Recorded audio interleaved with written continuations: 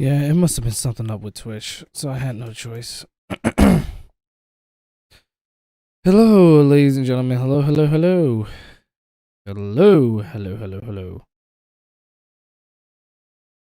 This is the one and the only Larry from the Shizzle over here back again. To be honest, I was not intending to do another stream if I'm being. I did not even want to come back to YouTube. I mean, I wanted to come back to YouTube, don't get me wrong, but I wanted to do this on Twitch because that's where I'm primarily growing my audience, but literally today, for whatever reason, I don't know why, but Twitch is literally giving me so many problems. Like, I've streamed so many times on my Twitch today, and for some unknown reason, right? For some unknown reason, I don't know why, but it just seems like Twitch is just not working very well today. I don't know why, it just isn't. So I was like, okay, I'll just stream on YouTube instead, which is funny because I don't like streaming on YouTube anymore, mostly because of how YouTube's algorithm is. But, Andrew, I'm glad you're in the chat. It seems like when I do stream on YouTube, at least, that there are some people who do get notified for when I do go live, which I think is a good thing. It's very cold and snowy in Ohio, you say. But yeah, like I was, like I'm saying, like, I just hate the fact that, like, fucking this,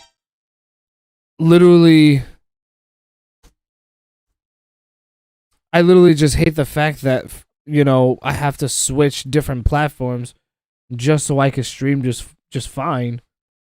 And I think it's ridiculous how I had to switch to YouTube just to be able to do this. Like, when I try streaming on my Twitch, it just wouldn't work. So that's why I was like, okay, we'll do YouTube.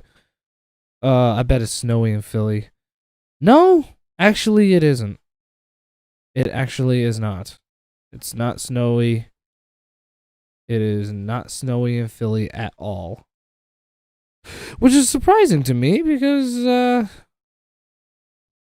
would have thought that it would have been snowy, but surprisingly not. You know what I'm saying? So anyway, let's move on to the main talking point of this stream, which is by the title of the stream, you can probably guess what this is about. So today, interesting stuff, I must say. As someone who's been playing Guilty Gear Strive religiously since its inception, I'm actually really excited for this character. First of all, before Guilty Gear Strive, I did actually play Accent Core. I played even OG Guilty Gear as well because I have that on my Steam. I played OG Guilty Gear. I played Accent Core. I've also played Exard and all that. So yeah, it's gonna be a lot of big expectations here for me, at least. Hold on, let me do something real quick. Actually.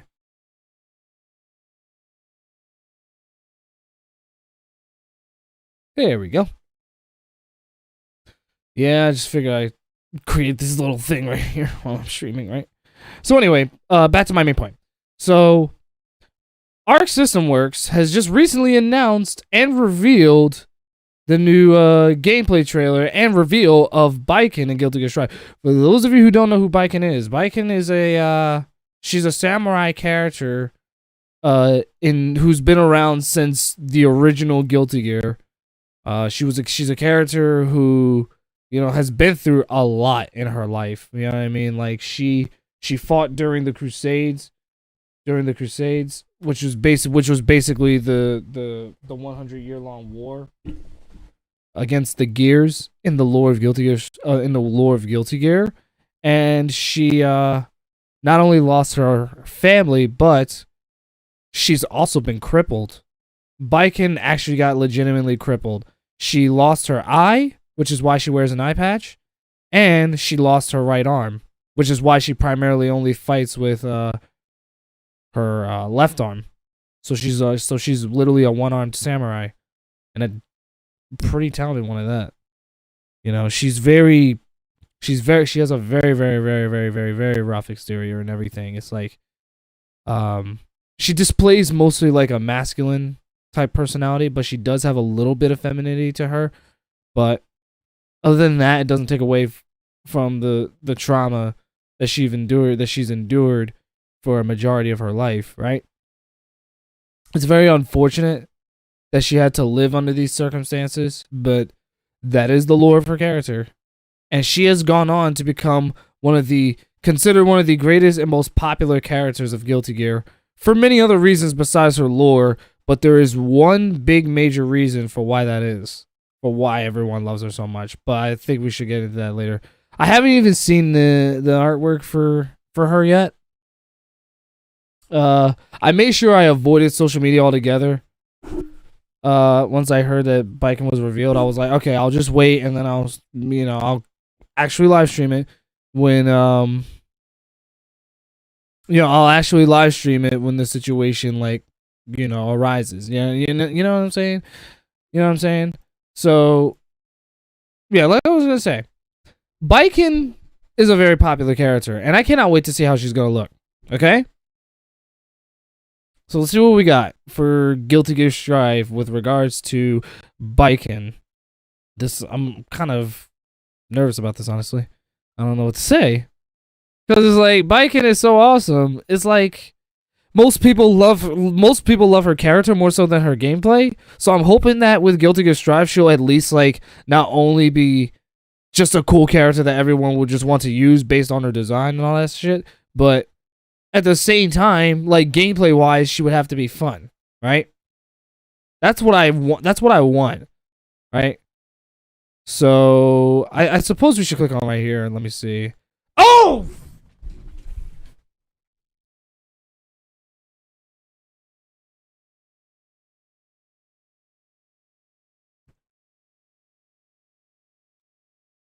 Oh, holy moly.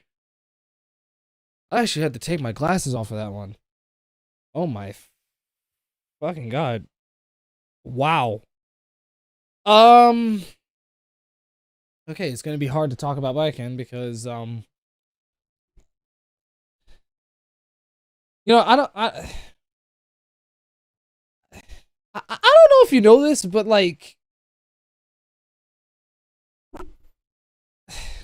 I don't know. It's like she's clearly showing that she has features, right? I mean, geez Louise, I'm sorry, it's actually really distracting. This is actually gonna be harder than I thought. It's actually distracting me. Holy shit.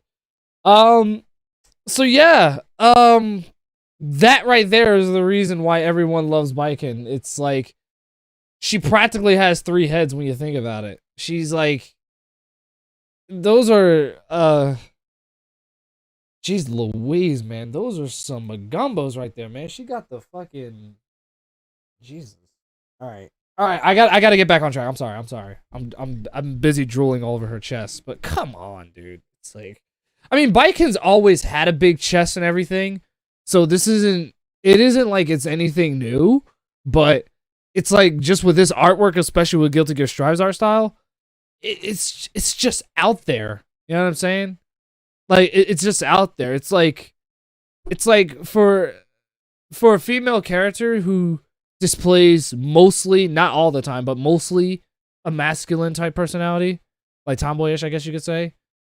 She has a pretty large asset. I mean, seriously. But to see Baiken in Guilty Gear Strive's art style, I think it's pretty cool.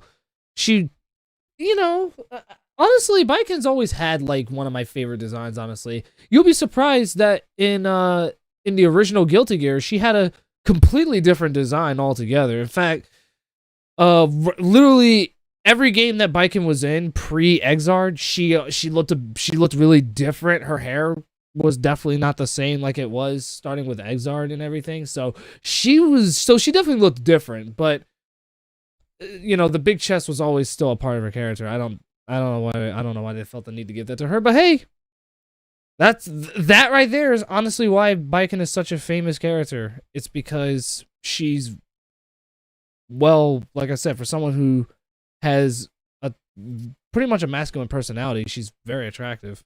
You know what I'm saying? But anyway, enough drooling over Baiken. I want to see some gameplay. I want to actually see what they've done with this character, because so far I'm already digging her. Her design looks so dope. She looks so badass in this artwork. First of all, like, I kind of love that stone cold stare that she kind of gives. Like, even though like her left eye isn't functioning anymore, it's like as I said earlier, like, she's been through a lot in her life. Like, like I said, she was a part of the Crusade, the war that happened in Guilty Gear. She lost her left eye, she lost her right arm, she lost her she lost just about almost everything. She became crippled too because of all of that. And it's like it's like just this design tells you a lot about her character. You know what I mean? And this is one of the things I love about character design, is that you could tell a lot about their character based on how they look, and you can kind of give a guess as to what they went through. And with Baiken, obviously, it literally does look like she went to war and then came back. Like, that's literally what she looks like. But that stare that she kind of gives, though, that is some stone cold. That's a stone cold killer look. You know what I'm saying? Like, she's just given that, like, just that cold blooded warrior type look. You know what I'm saying? That right there will give anybody who isn't even not familiar with the character more reason to play the character, just based on how badass her design is, including those large assets. Yeah, pretty much that too. Anyway, let's take a look at some gameplay for let's take a look at the trailer. All right, so here we go. Yeah, we're gonna take a look at the trailer for Guilty Gear Strive for Baiken. I'm actually really excited. Let's see what we got. You know what I'm saying?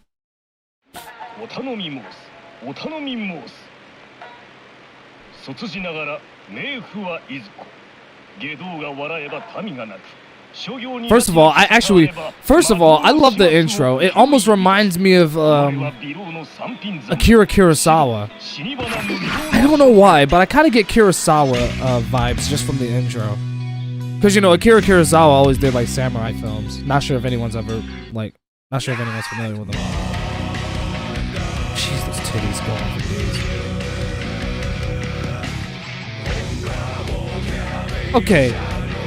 That music is so badass. There's no winning or losing, just knowing yourself. Right! No one can give up on you. I get it. I wouldn't want to mess with me either. Say the word and I'll wake you the hell up. Gotta hand it to you. That voice actress sounds familiar. And she believed in herself. Oh my god, her gameplay is just... Oh my god, the pressure! Oh, hey, look, it's the character that destroyed Guilty Gear. If you guys watched that one tournament with the Guilty Gear Strive, then you guys already know what I'm referencing. I think it was the Kumo. Oh man, that's just... Ooh! And that's what her artwork looks like in her full entirety. Let's see what we got. Well, wielding her opponent's strength as her own, the unfaltering, awakened samurai. That is the unfaltering, awakened samurai. That, bro, that sounds so badass. Holy shit. Oh, man. My God.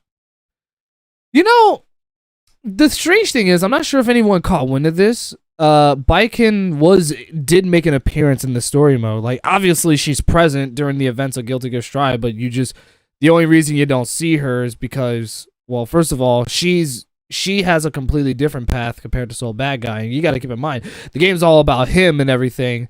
But I also feel like at some point, since they kind of concluded the character arc for Soul Bad Guy, they should do something with Baiken. You know what I mean? Like, her existence in this story purely is just to get her revenge against the Gears. You know what I'm saying? Especially since they made her into who she is, and they were the cause of and they were all the cause of her trauma. You know what I'm saying? But I don't know. This is just something I think should happen. If you think something else should happen with involving Baiken or whatever, definitely let me know, because I'm always interested in hearing other people's like ideas for what ArcSys should do with Guilty Gear in the future. So she's playable for season pass holders on the 28th and 31st. Okay, perfect. That's great, because literally the day she comes out, I'm off that day, so that would be perfect. I can actually just hop right on. And she gets a new stage too. I figured that, because like I actually figured that. Lap of the Cammy. That Lap of the Cammy, that's cool. Damn, look at all these characters that showed up. Okay, so you start off weak. You know, most people doesn't really play Gold Lewis. In fact, Gold Lewis is actually the least popular character. Jacko is a familiar character only because of her and Guilty Gear Exard, right? But even then, most people couldn't really use her because of how difficult she is. Same thing with Happy Chaos. Very difficult to use. But I feel like most people are probably going to start playing with Baiken only because of how she's been with the series for so long. But at the same time, like I said, she's very much a popular character and everything. And I don't know if she'll be as hard as the other 3 characters. I suspect that she'll only be slightly easier. That's what I'm predicting. But I don't know. I don't know. She is coming out late. She is coming out in 4 days, so I'll know by then. And hopefully, once I do my live streams for Twitch, I'll definitely live stream there. I'll definitely live stream on Twitch when I do Baiken. The only one we're waiting on now is just this one right here, the last character for season 1. Another battle stage and another story. That one I'm actually kind of interested in. Yeah, and this is pretty much just the usual stuff. Nothing new here. So yeah, I'm actually really enjoying what they're showing with Baiken so far.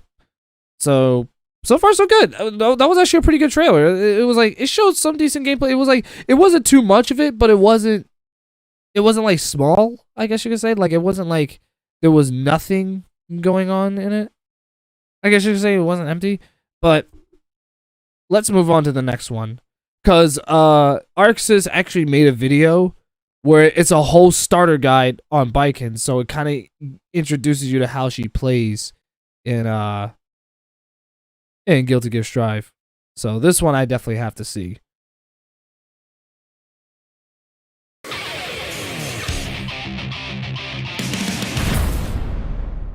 Starter guide, here we go.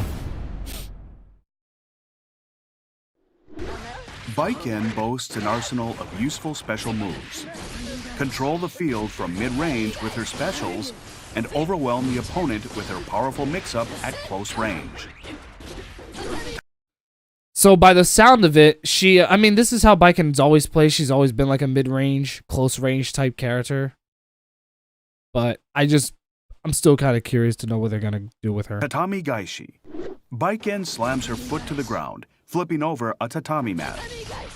The grounded version has a hitbox during the stomp and launches the opponent on hit.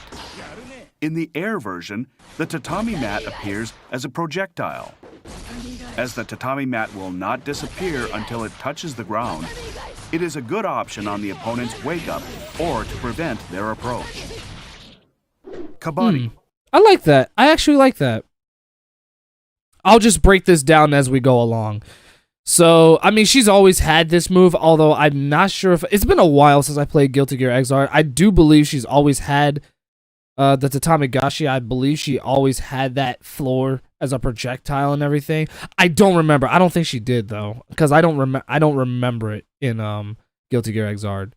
Like I said, it's been more than a while since I played them. But I really do like that idea of being able to use it where you can pressure your opponent on get up so that it prevents them from like trying to get a move in on you, since it looks like it is plus on block. And not only that, but it also prevents the opponent from approaching too. So I actually like that. It allows for a great pressure game. I like that. This attack prevent their approach. I actually really like what the Kabaddi. Tamageshi is doing for this. This attack draws the opponent in towards Baiken. Its excellent range makes it a good poke. Basically, from her mid-range. version of "get over here." The slash version attaches the opponent to Baiken on blocked range in towards Baiken. Its Yeah, that move right there is literally Baiken's version of "get over here," like excellent Scorpion. range makes it a good poke from mid-range. The slash version attaches the opponent to Baiken on block or hit. Once attached, the characters will be drawn together. The force drawing them together grows more powerful the farther they are apart. The attachment will be released after a certain period of time. A successful ground throw also attaches the opponent to Baiken. Pressing heavy slash again after the claw extends during the heavy slash version performs a follow-up attack. Holding down heavy slash allows you to delay the timing of the attack. Baiken can pass through the opponent during this move. Oh, she can cross you up. That's nice. Yozan Oh, I actually like that. She's always had Kabari too, even in Guilty Gear Xrd and everything, but it literally looks like what they're doing in here is that they're literally giving it some kind of not support, but I would say like a nice little utility to pressure the opponent. As far as the little wire goes, I don't remember her having that in Xrd, but like I said, she's always had Kabari, so it isn't like it's a new move. It's not like it's a new move. But I like the way that it's being used here because it allows great pressure and everything. So that once they're attached, it's hard for them to get away from her. Now, I know it's possible to block that still, but it makes it so where if you're trying to get away from Baiken, because given the fact that Baiken's a close range character, that's how she could get most of her damage out. If you're trying to get away from her, but you're attached to her because of her Kabari, then that can be hell on earth for you. But I also love the fact that you can literally just, delay it and then you can literally cross them up. Like, that's so cool. during this move. Yozansen. Baiken slashes the area around her with this overhead attack. I remember that Its move. fast startup makes it easy to use in mid-air combos. It can also mix up a crouch-blocking opponent when used immediately after jumping. Hiragi. A counter-attack that reacts to an attack from the opponent. Baiken can counter an attack once this move is out. She performs a highly damaging attack after countering an attack at close range. She can This move right here was basically her alpha counter in Guilty Gear Xrd. repel the opponent's attack after countering from a distance. Use this move with caution, as it cannot counter throws or projectiles, and leaves Baiken vulnerable on whiff. But it seems like it's a regular move now, though. That's the crazy thing. She can repel the opponent's It's literally attack just a quarter after circle full or countering from a 236p distance. in this game. But this was her alpha counter in Xrd, and now it's a regular move.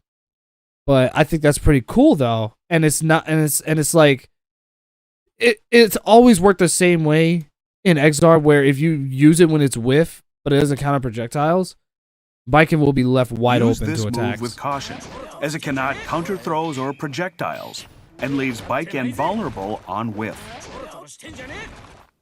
Tsurane Sanzu Watashi. Baiken moves forward while unleashing 3 powerful slashes. Its fast startup and invincibility as it comes out makes it a good choice for combos, as well as a way to interrupt the opponent's strings. Kenju. Baiken launches a massive firework shell as a powerful Ooh! projectile.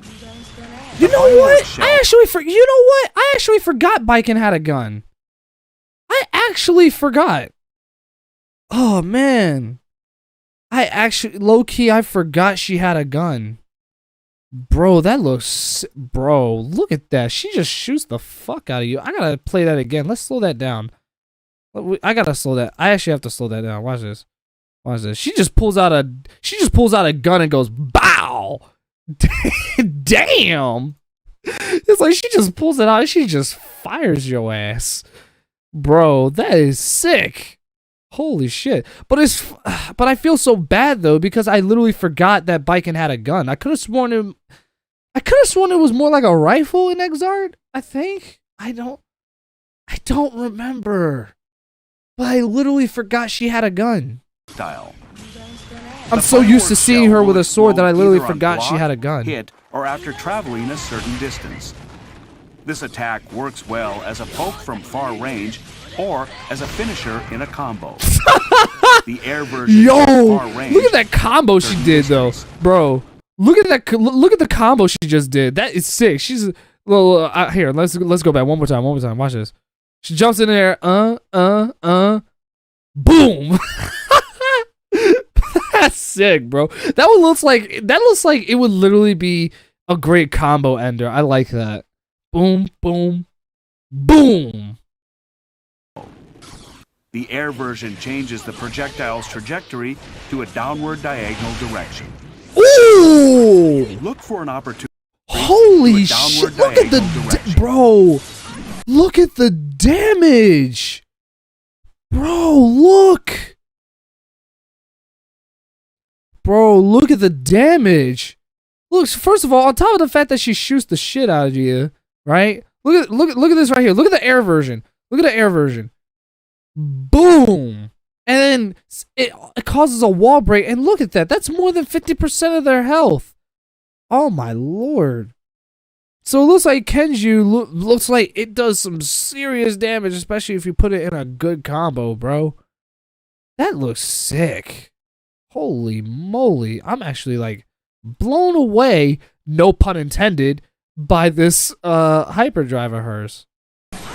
Look for an opportunity to get in while using far standing slash and standing heavy slash as pokes.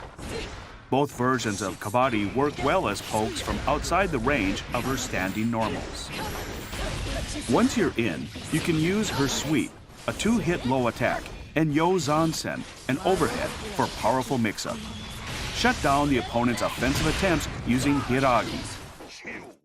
Attaching yourself to the opponent Baiken versus ground Nagaryuki throw or the slash version of Kabaddi makes it easier to maintain close range, as well as granting access to powerful strings and combos. Thank you for watching. Holy moly, bro.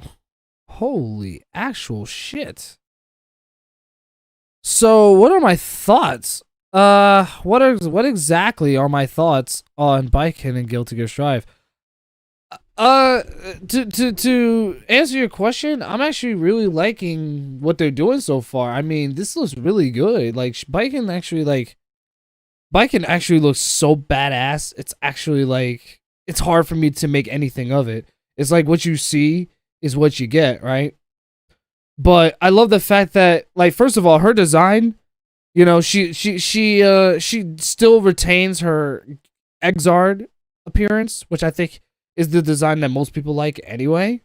But as far as gameplay goes, like, I love the fact that she's actually playing like a normal character. There's not all these like crazy ass like strings that you have to remember and everything, because in Exar she was very difficult. You had to like, she had like this little stance move and everything. She fought from different stances and everything. You had to like figure out like the different combinations, everything. Here she's playing like a normal character. I suspect that she'll probably be either like maybe a 2 or a 3 out of 5 stars is what I'm going to predict how she's gonna play. You know what I'm saying?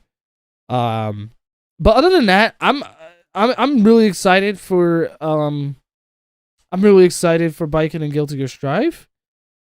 And I hope the rest of you play the character as well, because what I'll do is that when I do stream, as some of you probably know, I am a Giovanna main. I'm sorry, but Giovanna is my sugar mama. I'm sorry. But damn, I'd be damned if I didn't admit that Baiken is also my mama's too.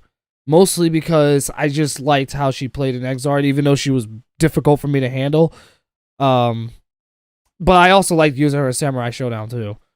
But yeah, you know, it's like I gotta give my sugar mama a break. You know, Giovanna had been fucking everybody up for so many months now, for just about a year at this point, right?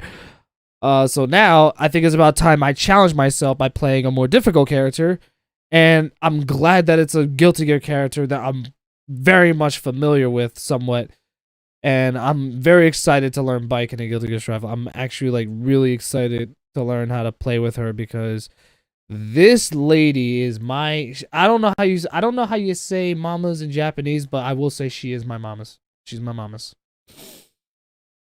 Now, if you'll excuse me, I'm gonna go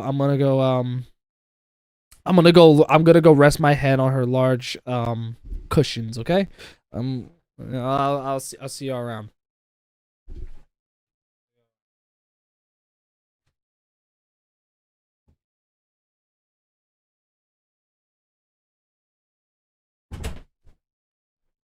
Psych, no, I'm just kidding. All right, so let's see what we got in the chat. Okay. So first of all, hello JSAP. 8-bit, how you doing, my guy? I have some news. I'm getting a PS5. Cool. Those things are very hard to get and come by nowadays. I'm trying to grab a PS5 myself. But it's fine because I'll get there at some point.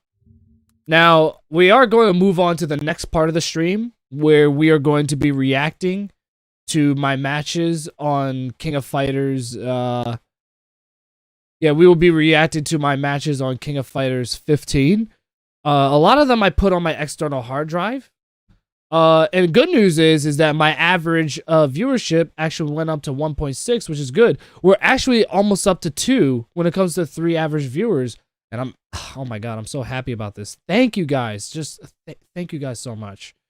Literally, it means the world to me. Anyway, well, no, sorry. Hold on. First of all, there's some things on my Twitch that I have to take care of. Cause like I said, I was trying to stream on my fucking I was trying to live stream on my Twitch today, but it was just so laggy.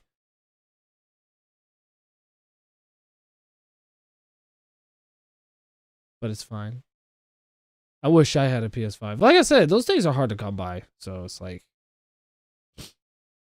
And so if anything, it's not your fault. You know what I'm saying? Yeah, I just had to do that. Yeah, but yeah, like I said, we're gonna be reacting to my matches on Guilty Gear. Not Guilty Gear. I'm sorry. I would like to actually go back online with Guilty Gear Strive. Honestly, it's been more than a minute since I played it. But yeah, what I was gonna say was that I am going to be reacting to some matches on King of Fighters 15 because as some of you know, King of Fighters 15, right? Here, let me sit back in my chair real quick. Okay. So, here we go. Sorry. So, King of Fighters 15 is gonna be out within the next 3 weeks, I'd say. Yeah, 3 weeks, right? Yeah, within the next 3 weeks, King of Fighters 15 will officially be released. As someone who grew up playing King of Fighters, this game obviously means a lot to me. Yeah, it really does mean the world to me, honestly. It really does mean the world. So, yeah, the fact that we're getting a brand new King of Fighters game with a brand new art style and in 3D and all that stuff, like it's amazing to see how much King of Fighters has evolved over the years. So what I will do is that on top of doing the retro streams, I will be doing regular King of Fighters 15 streams. I would say like I said, I will do retro streams. I'm probably gonna do the retro streams for Sundays. I mean, it depends on how well King of Fighters 15 does. But I will do King of Fighters 15, and even when I'm not live streaming it, I'm still gonna keep playing it so that I can keep my skills in the game. Like I'll still do like online matches on the regular and everything. You know, I would love to live stream every single match, but you see, it's rough for me to live stream almost every day when I'm not, you know, especially since I have a job.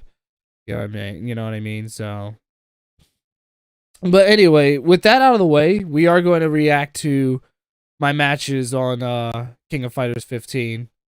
So, if everyone could just kindly, and I mean ever so kindly, take your eyes off these cushions. Now listen,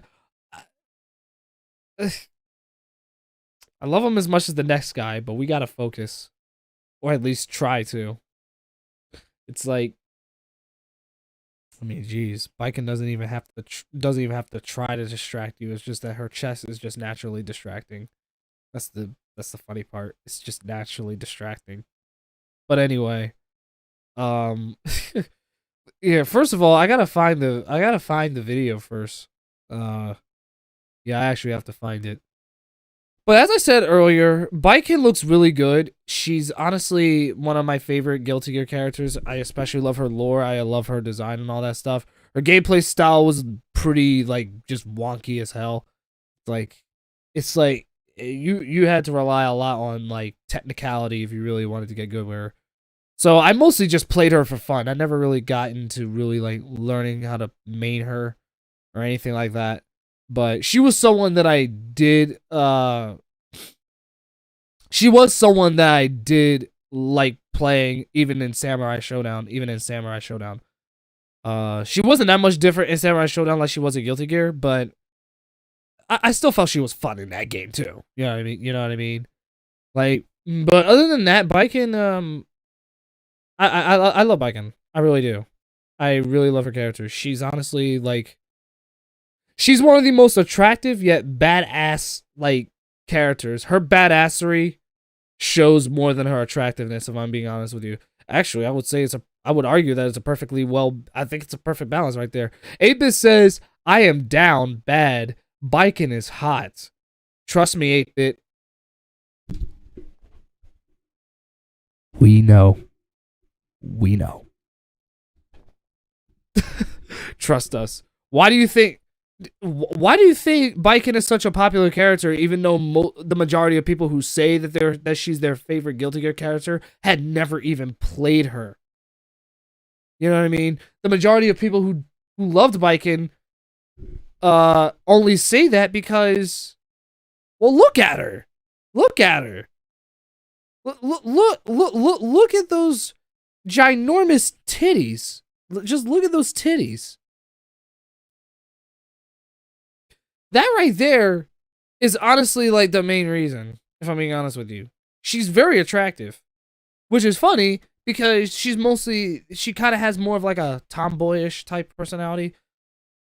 So and it's funny too. It's always the tomboy characters that are ironically the most attractive, right? Sakura in Street Fighter. I would say Blaze Fielding, but nah. Even Makoto from Street Fighter, even Makoto is kind of attractive too. When you really think about it. But Baiken, yeah, is different with. It's kind of different with her with Baiken because she shows more skin than Sakura and Makoto do. So it's a little bit different with her. You know what I mean?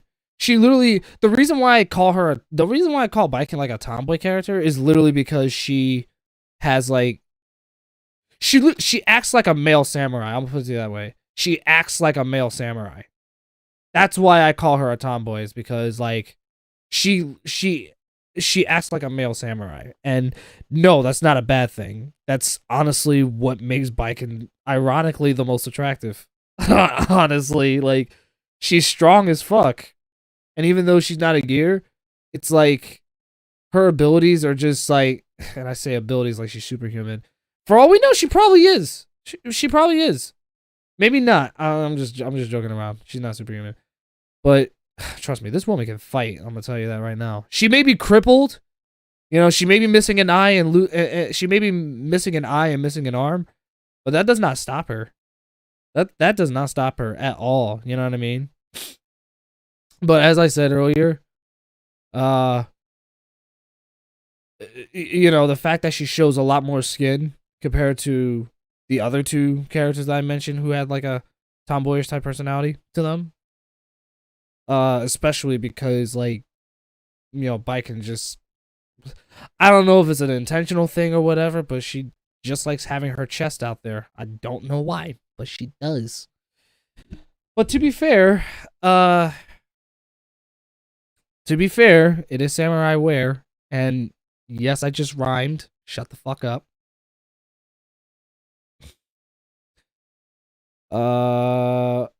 Okay, let me focus. I'm sorry. When I say that this woman's titties are that distracting, that is no exaggeration. Her titties are literally a huge distraction. It's actually really difficult for me to take my eyes off of them. Holy shit. So let's move on and react to my King of Fighters 15 matches before this video gets demonetized. Well, I mean, I hope I highly doubt that it will, because this is just a character. It is just a fictional character. But come on though. Baiken's upper top is extremely way too provocative for YouTube standards, I guess. If this was on Twitch, it probably wouldn't be a big deal, honestly. But still, I stand by it. Her chest is just a huge distraction. But her huge chest is the same her big chest is literally the same reason why people love Taki from Soul Calibur. You know what I mean? Let me show you exactly what I mean.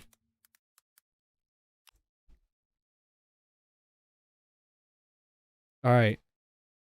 So here is Taki's design. This is her design in Soul Calibur 4.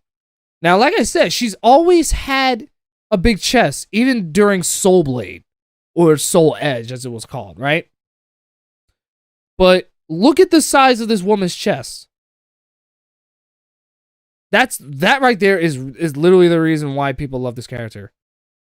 Like, especially appearance-wise, you know what I mean? Like, actually, yeah, this right here, her huge chest is what makes her such a famous character. And it's the same reason with Baiken. It's the same reason. It's kind of funny too when you take into account that, like, you know, Taki is basically like a ninja character, and then you have Baiken, who's a samurai character. What's up with the ninjas and samurais with the big chests, with the big titties? God damn, Japan. Do you guys have some? You guys really do like. I don't know if you do it knowingly. I would say unknowingly, but I guarantee you Japan is doing it knowingly. You guys really do like sexualizing your ninja and samurai characters, but you know what? I'm not going to complain about it. I'm not going to complain about it. I'd be a hypocrite if I did. Because, to be honest with you, I kind of like this kind of shit, honestly. I like this kind of shit. I'm a social degenerate. I'm a degenerate. A degenerate of all degens. But yeah, I can even show you her design in Soul Calibur 6. Hold on. So yeah, this design that you looked at was Taki in Soul Calibur 4. Here's her design in Soul Calibur 6. Same thing. Big chest. And honestly though, she has one of the most badass designs in Soul Calibur 6, honestly. I really love her design. You know what I mean? But I wish I could go back to Soul Calibur 6. Soul Calibur 6 is such a great game. I was fucking everybody up on that game online. But it sucks because I think the servers are dead, which is very unfortunate. But I digress. So yeah, she's a popular character that Taki is a very popular character that a lot of people cosplay as, and I'm pretty sure it's the same thing for Baiken. You know what I mean? Baiken actually has more of a complex design, more so than Taki does. But other than that, like I said, these two characters are loved specifically because of how attractive they are. Literally just because of how attractive they are. You see, the difference with me is that not only do I like Baiken because, well, first of all, yes, she is a very attractive woman. I'm not going to lie to myself or to you, the viewer. She is very attractive. But also her lore, I love her lore. It just makes her out to be like a very sympathetic, tragic type character, and because like I said, she's been through a lot, and you know she's a hard ass. You know what I mean? Like Baiken's a hard. Trust me, Baiken is a hard ass. Believe me when I tell you, man. If you mess with this woman on like the worst day, on her worst date, she Baiken is the kind of character where she will literally show you no mercy. She is literally like one of those characters where she will literally show no mercy. Especially if you deserve it. You know what I mean? Um, but yeah, she's literally, she's literally that. You know what I'm saying? And you know what? I actually forgot that Baiken was. I thought she was. It's funny.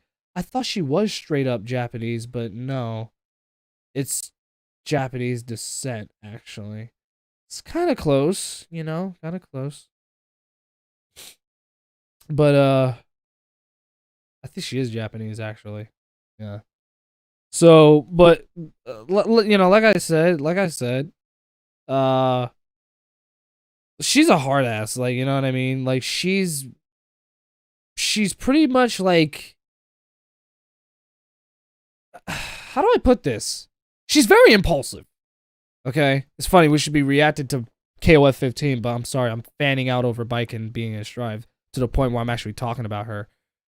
But Baiken's like she's literally an impulsive type character. She's one of those characters where she has a very, very short temper. Like, she has a short fuse, so it's very quick for her to lose it, which is, again, why I say do not mess with her on her worst day. In fact, it's probably best that you don't mess with her at all. If anything, it would be a good thing to be on her side, but it probably wouldn't matter anyway because she's pretty antisocial. You know what I'm saying? I mean, when you've been through the same shit that she's been through, it's like, do you really blame her for being an antisocial person? It's like the only people she has respect for are the ones who can hold themselves out on the battlefield. It's like, those are the only people she would have respect for. You know what I mean? It's like, she kind of also kind of only believes in her own ideologies, I guess you could say. She only likes dealing with ways her way and everything. But, with characters like Anji Mito, right? She still kind of gets along with him pretty well. To a good extent, at least. But other than that, it's like, she's the kind of character where she will just like literally just do shit without even thinking it through. Like, when she's angry, she'll just like lash the fuck out, which again is why I say you don't piss her off. You know what I'm saying? It all ties into what I said earlier about her being like a man, like a male type samurai. She literally has her personality is literally that of a male samurai. Like, despite being female, she has a male, like, samurai type personality. That's why it's like, that's why you don't really see Baiken having some kind of like femininity. The only thing I would say that's pretty damn feminine about her is her body. Her body is what makes her feminine, but that's only on the outside. You know what I mean? That's only on the outside. On the inside, she is a natural born warrior. Literally. She is a natural born warrior. But she is like the most extreme when it comes to tomboys. You know what I mean? Like, she has like, but that's also what makes her very attractive, ironically, to most people, is that she has that she has like a masculine type personality to her, which, again, despite being female and being pretty damn busty at that, she doesn't really act like it. I'll tell you that right now. It's like despite that dark side to her personality, there is a lighthearted side to Baiken, which is that she, with her being Japanese, she actually loves the Japanese culture. Like, Baiken actually absolutely loves Japanese culture. So she is like, on top of that and embracing her heritage, she also insists on not only getting her revenge on that man, but also protecting whatever is left, protecting her people. You know what I mean? Like, she still kind of has a little bit of heroism in her. You know what I'm saying? It's like, even despite her being antisocial, she's not cruel to all people. She's only cruel to people that absolutely deserve it. Because, like I said, considering the fact that she's very devoted to her home, she is more than willing to sacrifice her life for those people. Like, even if she ends up dying, she knows she'll be doing it for a greater cause. So Baiken, despite everything that I've said about her, especially with the dark side of her personality, Baiken does have a heroism side, you know what I mean? Like, and I kind of made it sound like that she's cruel to just to all people in general. That's not true. She's really, really, she's only cruel to people that really give her shit. If I'm being honest with you, she's only cruel to those kinds of people. But other than that, it's like if you're just the kind of person where you're just minding your own business and you just doing your own thing, Baiken literally has no problem with you. She has no problem. You know what I mean? Especially if you're not part of her problem, then she's cool with you. You know what I mean? So, yeah, Baiken may be a rough ass. She may be a hard ass, but she's still she is still a pretty much a cold-blooded warrior, like a hot-blooded warrior. I would honestly say hot-blooded because, like I said, her temper is just ugh. But regardless of all of that, she still protects the people of her land. You know what I mean? Always more than willing to sacrifice her life just for them. And that's honestly the most selfless thing about her. It's like that's the one thing that you'll notice about her is that despite her being antisocial, she's actually pretty selfless. She's willing to die for her people. You know what I mean? So, I hope I educated you guys very well for those of you who never knew anything about this character. Because there's honestly, like low-key, there's a lot more to love about this character besides the fact that her chest is the size of fucking Jupiter. Okay? There's a lot more to it. And when you really think about it, she's honestly pretty relatable. She lost a lot of things. She getting pretty cynical. She gets angry really quickly, reacts without thinking, kills in cold blood, which is honestly that of a true samurai warrior, honestly. You know, you fight to the death, right? So that's her shtick.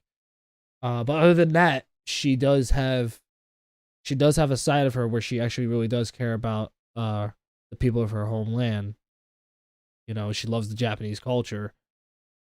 And whenever her people need her, she'll be there to back them up, is what I'm saying. She will always be there for them. You know what I'm saying? So yeah, Baiken is definitely not completely heartless. She does have a heart, is what I'm trying to say. I know I made it sound like that she's completely heartless in the beginning, or at least mostly heartless, but no. Nah, Baiken has a heart. She has a heart. I swear. I'm sorry for how I worded things, but that's the best way I can explain it. She does, yes, Baiken does have a heart deep on the inside. She does have humanity. So anyway, King of Fighters 15, shall we go? Because right now, if I stay here any longer, I'm pretty sure I'm going to bust a nut to Baiken's tits. And yes, I said that on live stream. I don't care if I get demonetized at this point. I don't care. I'm gonna bust a nut to her tits. I don't care. Which is funny. I say a lot of things on my streams, and for some reason I don't get demonetized. I'm just being upfront with you guys about it. But anyway, let's react to King of Fighters 15. First, I have to find the matches first, because I don't remember where I put them. I mean, they're on my external hard drive. I'm not sure if you can see it, but yeah, they're on my external hard drive, which I just plugged in. Okay. I even have some like retro Let's Plays on here that I honestly didn't even know I had.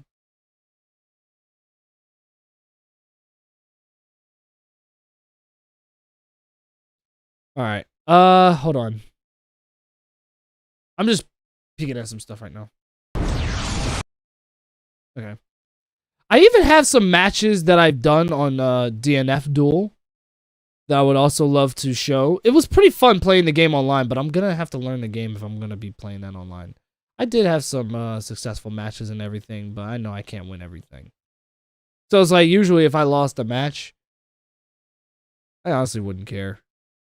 If I'm being completely honest with you.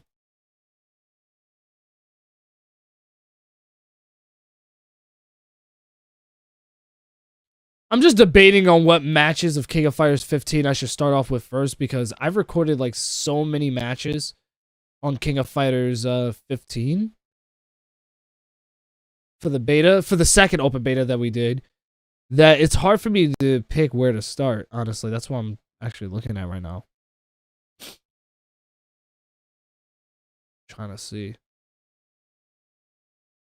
Yeah, there's a ton of them. There's a ton of them, because I remember I was playing King of Fighters 15 all weekend, like literally that weekend when the like literally that weekend when King of Fighters 15 was around. That's all I was doing. I was just playing King of Fighters 15. That's all I was doing. Yeah.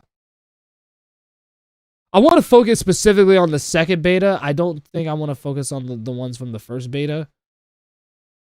Because I never really had any online matches against anyone in the original open beta, honestly. I was only mostly there for my friends. And I did have some casual matches every now and then. So we'll just focus on King of Fighters 15 from the second open beta, if I'm being honest with you.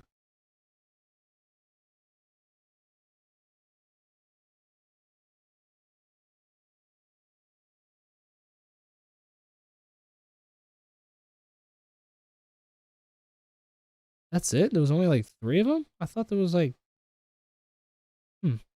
Weird. I thought I recorded more videos than that. Did I? Let me look. I don't think I did. Although I do remember this one video. One of the videos that's on here was when I literally went on a 10-win streak. Alright. I got it up. Alright. Did you guys, I'm not even sure. Hold on a second.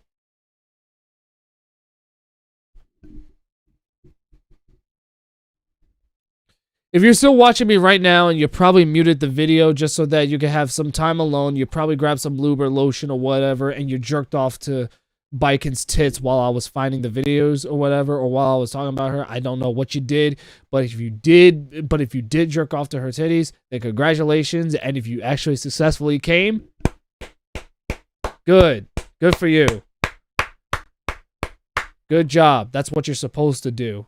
You're not human if you don't jerk off to Baiken. Sorry. Why am I promoting this shit? I don't know.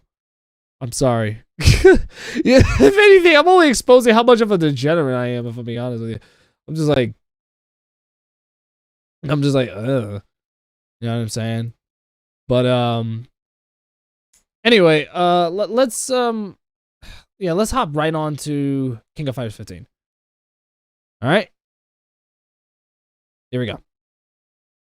So, these are my matches of King of Fighters 15.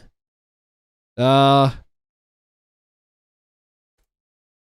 start off. This is the first set of videos that I actually did for this game. 1 second.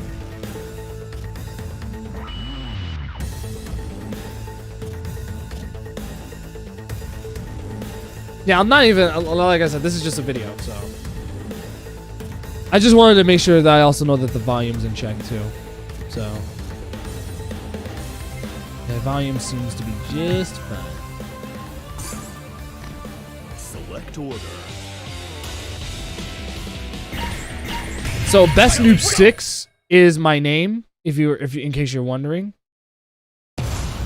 Get ready for a battle of titans.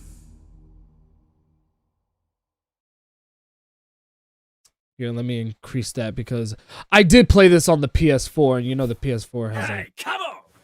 Round 1. Right. Ready? Go! So yeah, Best Noob 6 is me. Watch him! Watch him! So let me put it right here so that, yeah, right here. This is definitely like the perfect spot to leave the face cam, so that you could also see the meter on the bottom. Watch him!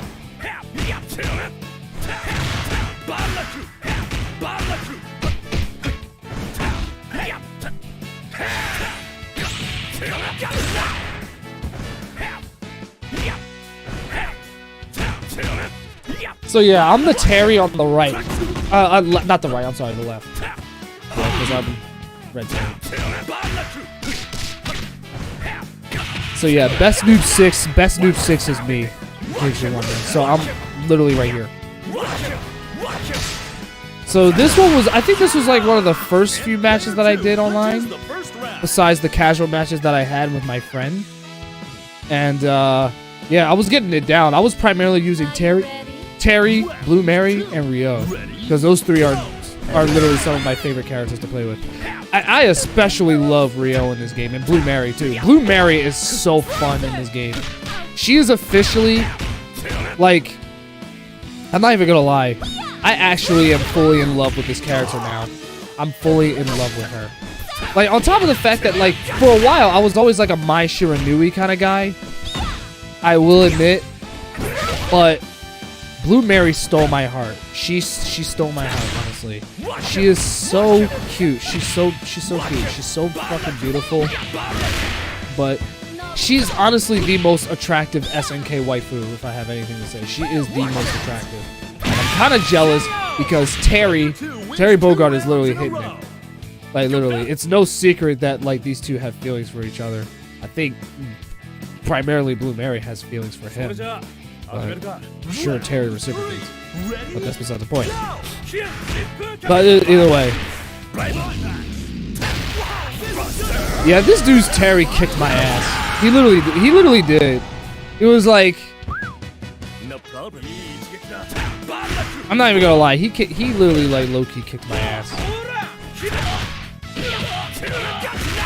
Look at that. His hit confirms were just the scariest.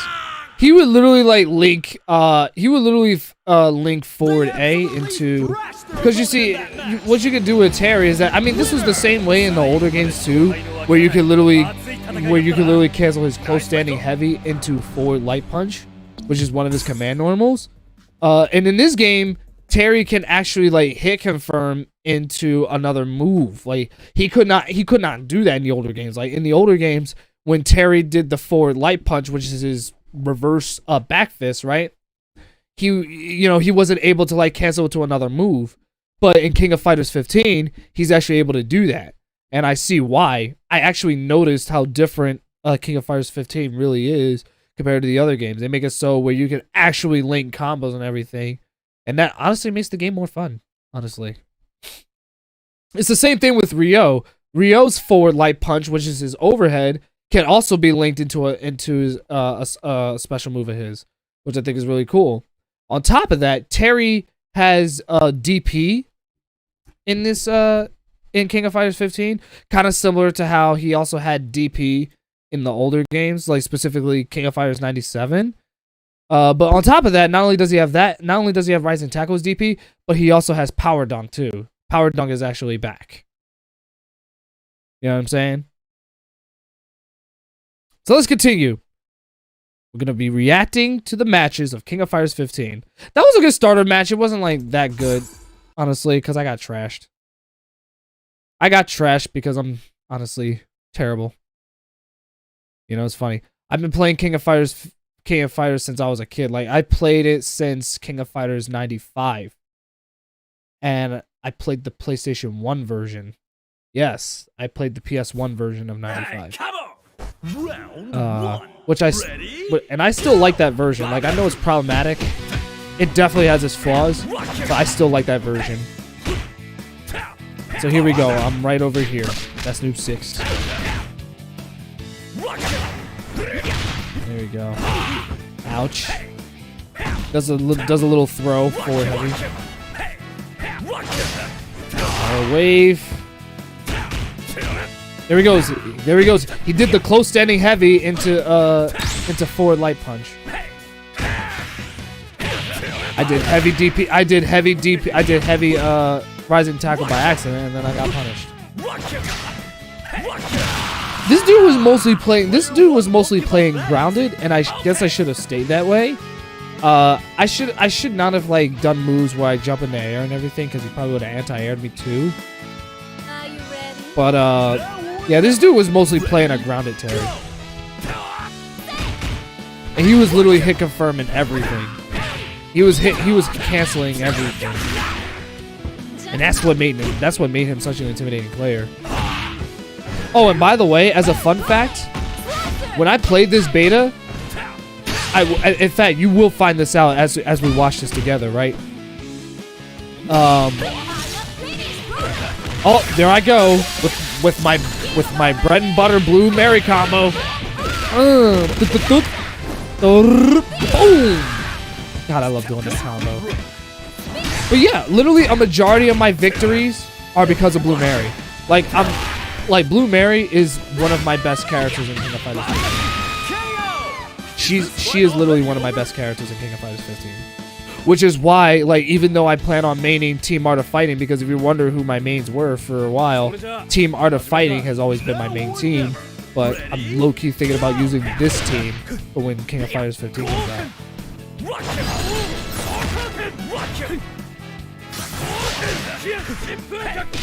Oh yeah, and I also love the fact that EX Baiken, you know, which is Ryo's close range projectile. No, but literally his EX Baiken actually is a legitimate projectile. It's the first time in years that he's actually had that as a projectile. But it can only be a projectile when you're doing the EX version. Also, his Shinpu kick in this game is not half circle back kick. It's actually quarter circle back kick, similar to the Tatsu.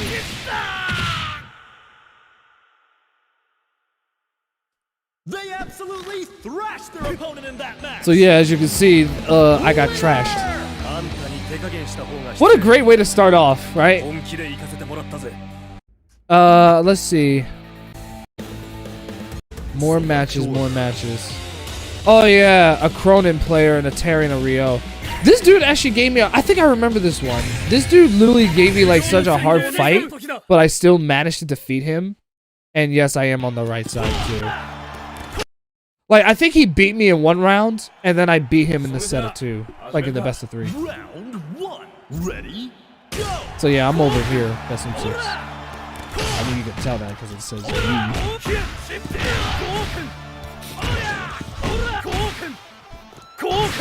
You see, he's like, he played a little bit like me, where he likes using the crouching heavy kick into, and then canceling it into,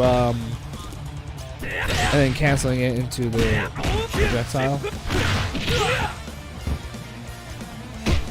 Which honestly, that's what you should do when you're playing fighting games, because that often makes a lot of moves, especially in 2D fighting games, safe on block.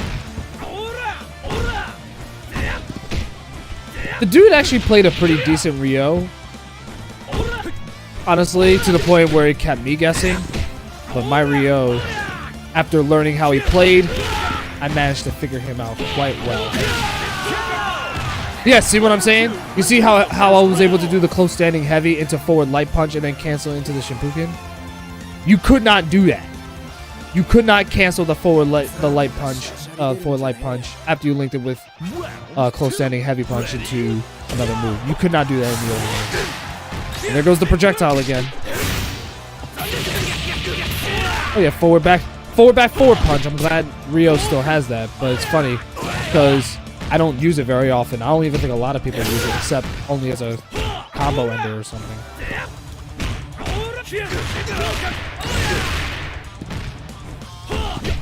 You know what I should have done? I should have super canceled when I did that so that I could have done more damage to him.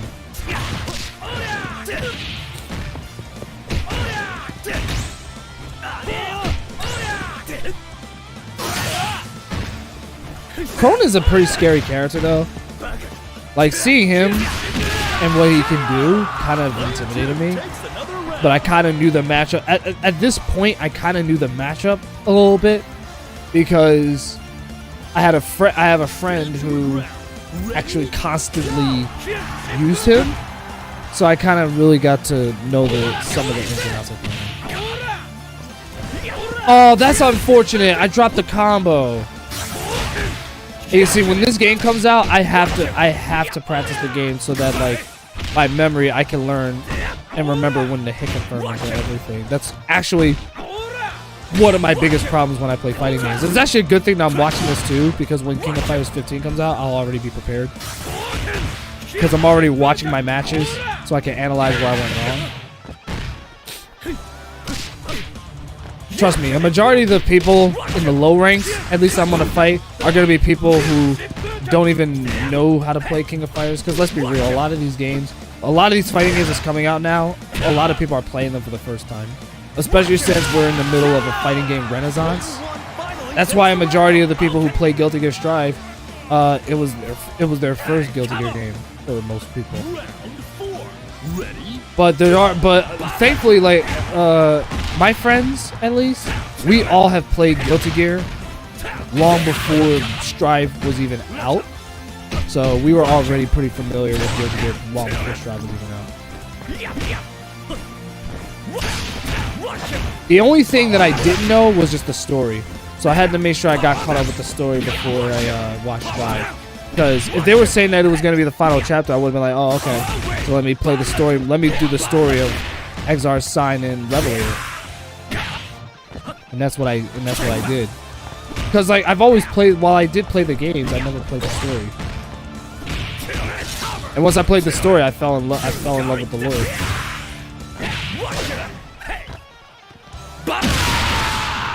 Oh yeah, bro, I love that, bro.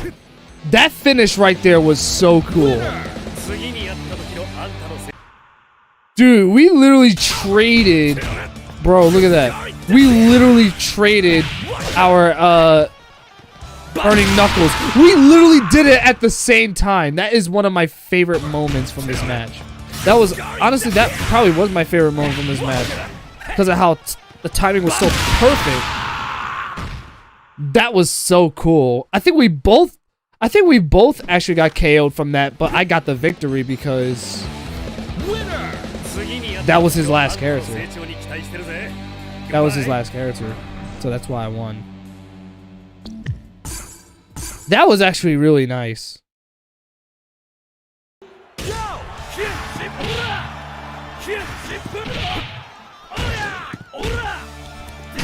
It's funny how Ryo is like literally the only character in KOF that has the parry similar to Thirst Strike. Except you have to hit forward light kick.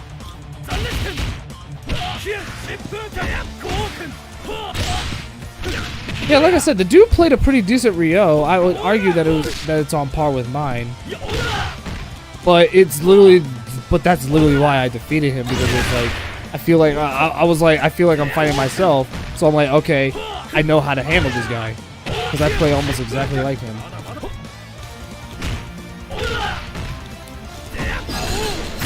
I was Shokoken. There we go, EX Fireball. So glad Ryo has that. Ryo got some really good shit in this game, despite having only 3 special moves. See it happen again. We both did a move at the same time. But then he did a wake up DP, which I should have honestly saw coming, but I fell for it. That's the thing. A lot of beginner players tend to do wake up DPs or wake up moves and everything. So I have to be ready to see him coming so I can punish it.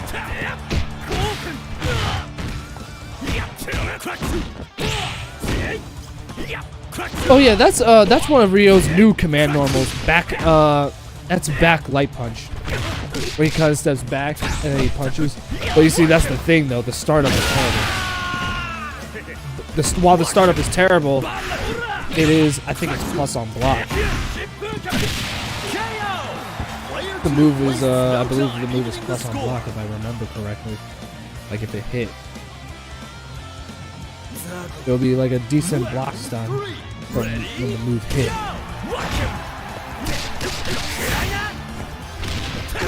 I can totally see a lot of players playing with Cronin, honestly. But I also see a lot of Terry mains too, because Terry is a very popular character. And not only that, but Terry, honestly, Terry is a very beginner-friendly character. He's very, very easy to use. So he's definitely like a very, very good beginner player because he has a projectile, he has rush downs, he has anti-airs. Terry has everything. So he's a very easy character to use. Oh, and he also has power dunk, which has insane priority. It has like armor. There's like armor on it and everything. Oh yeah, and that projectile, that ES projectile that Cronin throws, he can actually continue that. You saw how long it took for me to actually get knocked out by that? Cronin can actually continue that combo. He can actually continue that combo if he wanted to. But the problem is that when he tried extending the combo, he dropped it. Hey, come on! Burn to fight! Ready? Go! This is me in the heat of the game. Are you sure you want to fight my Blue Mary? You might as well submit to my Terry while you can, because once I pull out Blue Mary, it's over.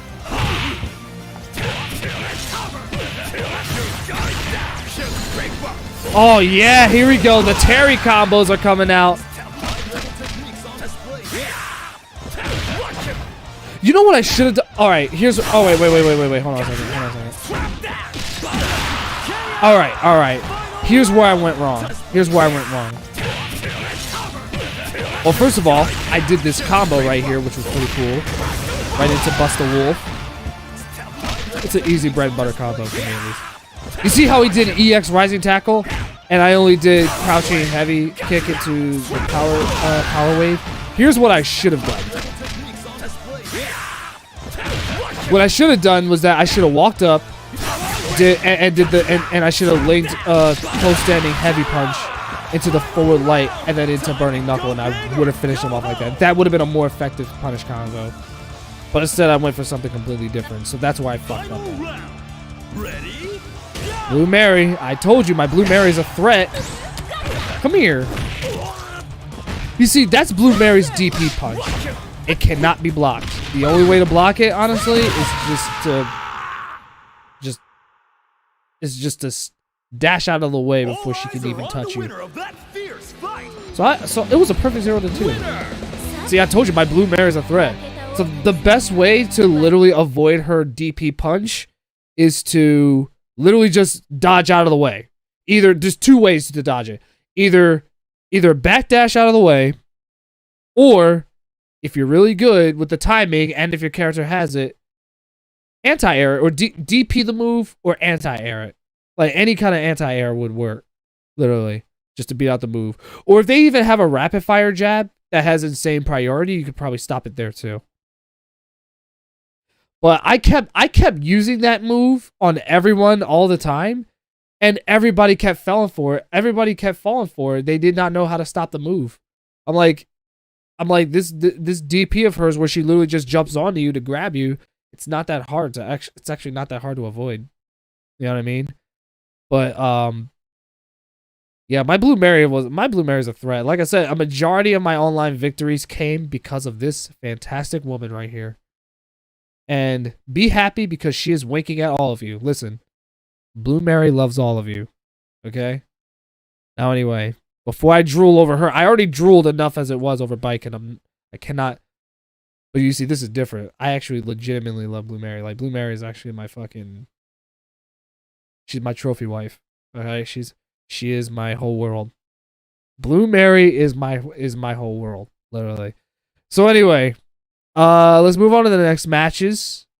Okay? And Antonov with Cronin and Ryo. That, I've never... This is an interesting one, actually. I don't remember this one. No, actually, I do. I actually remember this match. I remember this.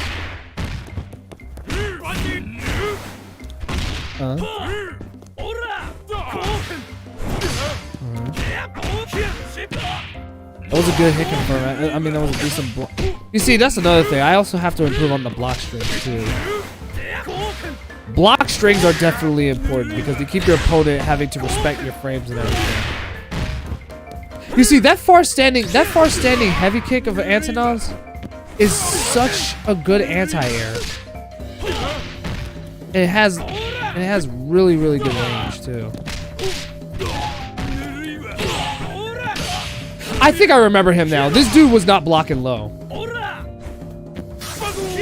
I remember fighting this guy. I actually remember fighting him. One of the biggest flaws I noticed with his playstyle was that he did not block low very often. So I literally just took advantage, and I just kept on abusing every low that I could. Or at least sometimes doing it. I wouldn't say I was abusing it all the time, but every time I saw the opportunity to hit him with a low, I did. And then I did the rookie mistake of doing wake up DPs. You see, if you're at least gonna do wake up DPs, at least do it every once in a while. You never want to spam wake up DPs because then people are gonna see it coming and they're gonna punish you.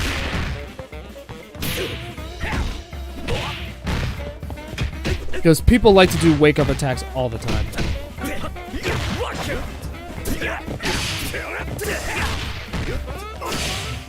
So you really only want to do it only when you see an opening.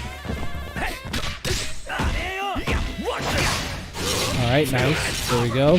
Oh, here I go with the Terry combos. Ready? Here we go. Basta Wolf! Yeah, a lot of the combos that I was doing in this matchup was honestly just like, it was just bread and butter shit. It was literally just bread and butter shit. Round 4. Ready? Go! You know, that green color on Rio, I should do it.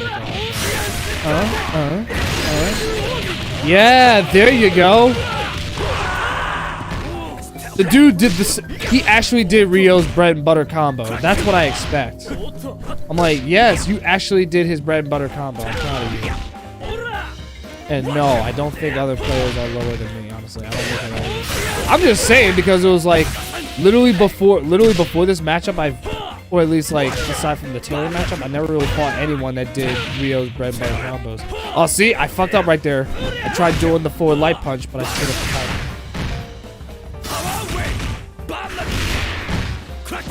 The EX Power Wave still has so many active frames like it did in King of Fighters 13 to the point where you can actually use it as a utility to pressure your opponent and then continue more block strings. I would argue that it's more useful when you're up against the wall. Ready? Go! There goes my Blue Mary. How good will this dude's Rio fare against my Rio? See, he was trying to get away from me, but I made sure I pressured him. See, he actually did it. He actually did it. He actually DP'd Blue Mary's DP. You saw that? Hold on, let's go back. Here, let me see if I can slow it down real quick. Hang on.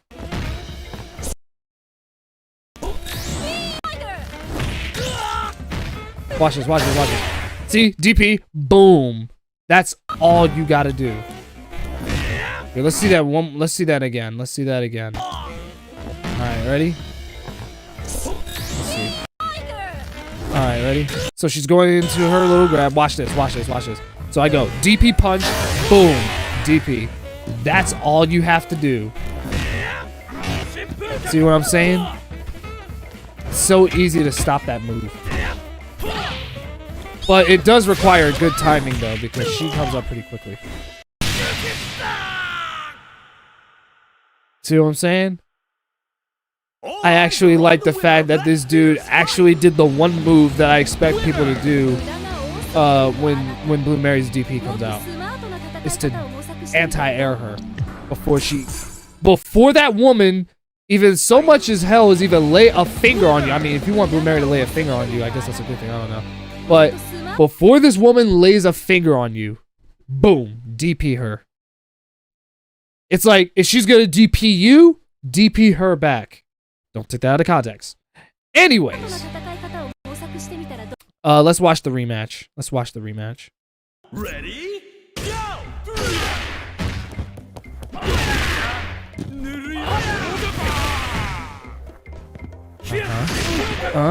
Nice.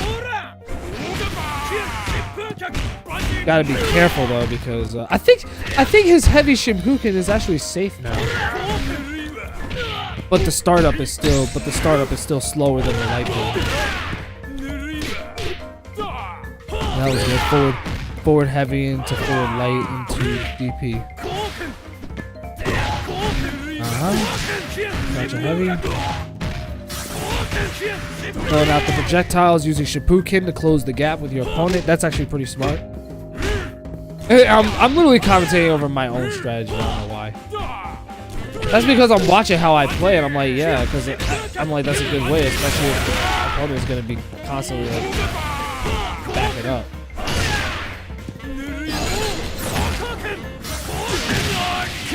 Every time, people fell for that setup all the time when I kept doing that. I would do, Shokoken, then go EX Fireball, Kwoken, and they fall for it rather than just evading out of the way.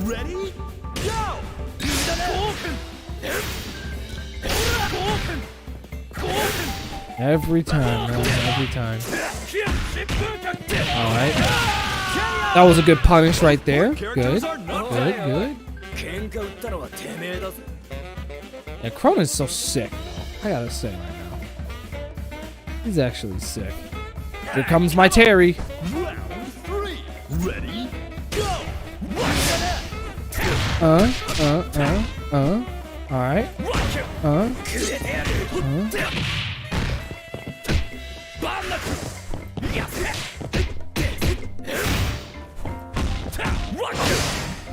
That was actually a good block straight right there too. What a good do. Doing crouching heavy kick into either Burning Knuckle or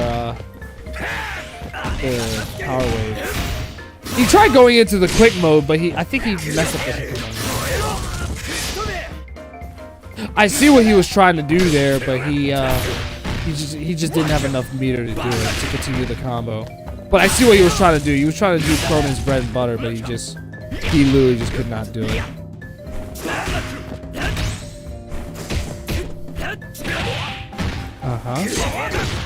Yep, see what I mean? That power dunk, bro. That power dunk just has so much priority when it's like it can interrupt practically any move.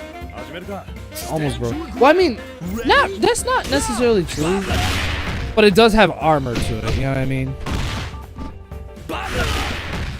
Some people will probably say that power dunk is broken, and it probably is.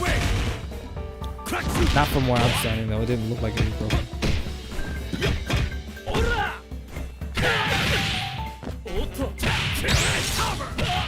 Dude had impressive block strings, but you know, I'm one of those players where I will respect the frames. That was good. Watch this, watch this. Good shit, bro.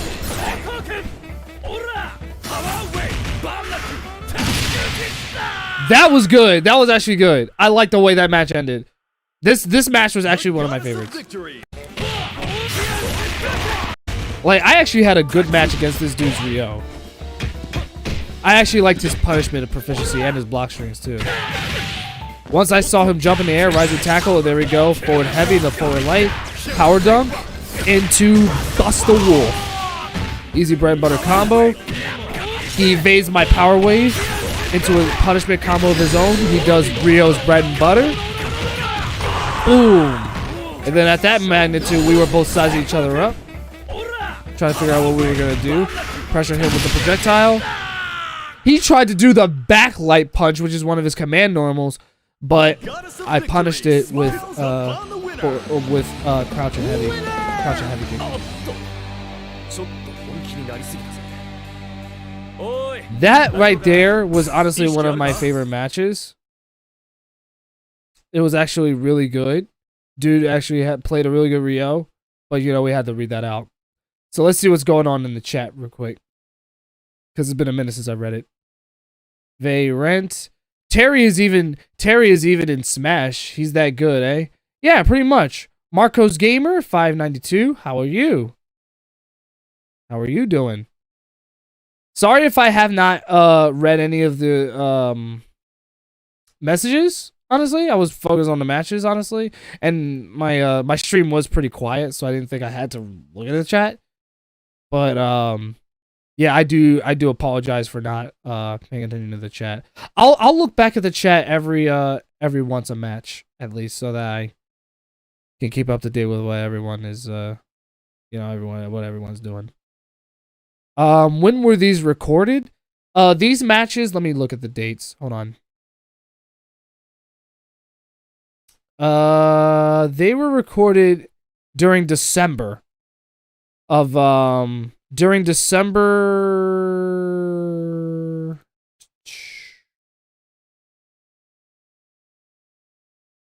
December 19th. There were matches that were recorded on December 19th. The ones that you guys are watching right now was recorded on December 17th. Okay. That's the first video that we're watching right now. The one that was recorded for the 17th. Okay. I'm not sure if there's any other interesting matches on this video that I want to show. Oh, wait a minute. Oh, wait a minute. This matchup right here. I remember this one. This one might have been my favorite. This one was my favorite. For this video, at least. It was when I fought this dude's Blue Mary, K-Dash, and Cronin. This dude gave me a hell of a fight with his team. This dude made me try so hard, it was ridiculous. Are you ready? The dude also had a pretty banging looking Blue Mary, too. This dude had me trying so hard because he was using a bunch of tricks with Blue Mary that I actually decided to take into my own playstyle. Just watch what he does. Yeah, he did the... See, he did her half circle back... Or she did her half circle back punch, which basically makes Blue Mary temporarily invincible to certain moves. And you see, she can use that on Wake Up, right? If it's like she can use that move on Wake Up, and if you actually hit I think half circle forward punch quick enough, right as soon as you do the half circle back punch, she can actually grab you and do a German suplex. It's one of Blue Mary's best and most tactical moves that should be used with finesse. See? It's her perfect reversal. This dude was using it a lot, so I had to be careful with what I did. I was like, that's why every time I knocked him down on I made sure I got farther. But since this was the first match, I had to figure it out because I couldn't read him. At that point, I was still figuring out how he played. Sometimes it's always good to lose a match just so that you can see how the player plays and then take advantage of their weakness if you find it. So yeah, this dude played a pretty menacing Blue Mary that rivaled mine. We both had a completely different style of Blue Mary, and I feel like that's what made us like worthy opponents for each other. So here we go, DP, yep. Blue Mary does have two DPs. Her punch, which is where she jumps onto you for a grab, and her kick, and her air kicks, where she could also go into another grab too if you hit DP again.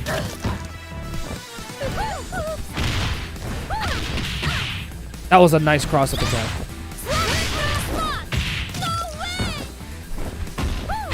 Yep, so look at that, see?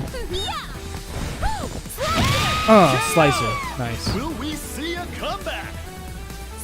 Yeah, my Blue Mary managed to take out his because my Blue Mary is the best. My Blue Mary will make anybody piss and shit themselves. My friend Dorito most certainly did. He hates my Blue Mary so much. It's actually really funny because I beat him so many times with my Blue Mary, which is why when the game comes out, I'm gonna actually like use Blue Mary again just to do this. Oh, there goes her ultimate. Yep, that's her ultimate right there. I actually did her ultimate that time because I really needed to get in that damage. Because I'm like, he still had two characters. He still had K-Dash and Cronin. So I was still like concerned. And this dude played a really good K-Dash too. The hit confirms were nuts.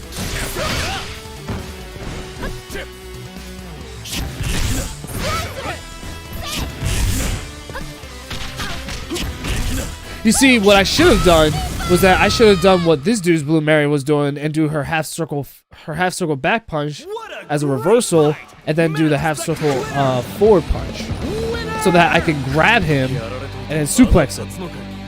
I could have easily given him a taste of his own medicine, but I didn't do it that way. My fault. It's my fault, I guess. I should have done it another way. But it's fine, because when the game comes out, I will be improving my fundamentals with my Blue Mary and the rest of my other characters. Are you ready? Yes. Here, let me look in the chat real fast. See what's going on. Okay, nothing's going on. Okay. Ready? Go! It's actually a really good thing that I recorded these matches, because I wanted to share them with everyone. Because I knew during that weekend I was not going to live stream, so I was like, all right, if I'm not going to live stream, let me at least record my matches so I can share my experience with the second open beta. And the second open beta, honestly, I enjoyed the KOF 15 beta more than I enjoyed DMF beta. Actually, most people did. Look, see what I'm saying? See? Look at that. See, at that point, I was like, okay, I gotta stop. See what I'm saying? He always used that as a wake-up attack. Because, like I said, when Blue Mary does that, she's practically invincible to any move that you try to do on her, because of how the active frames work. Think of it as her like small time evasion, and then you can use it like it's literally her perfect reversal. And then she can literally just grab you. That's what made his Blue Mary very, very intimidating.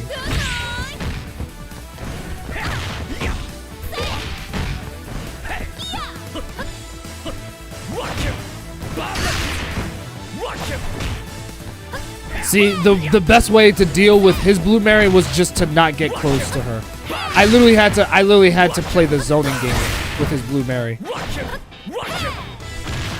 See, I got lucky there. I got lucky right there. Let me go back. Right here. Right here. See, I got very lucky because he fucked up the input. So I got very lucky.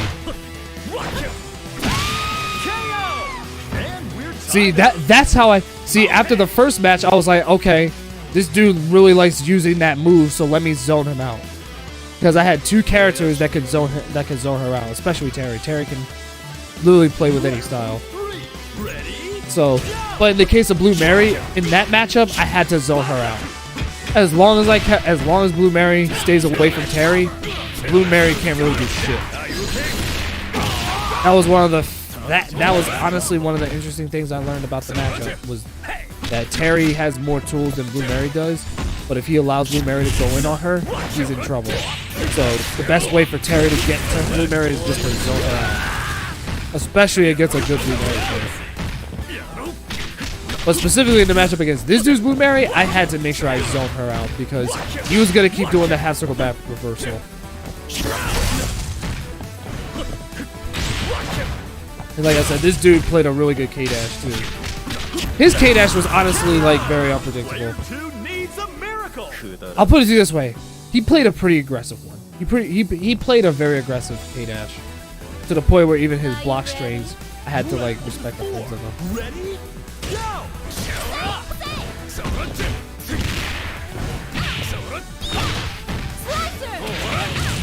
There he goes with the DP.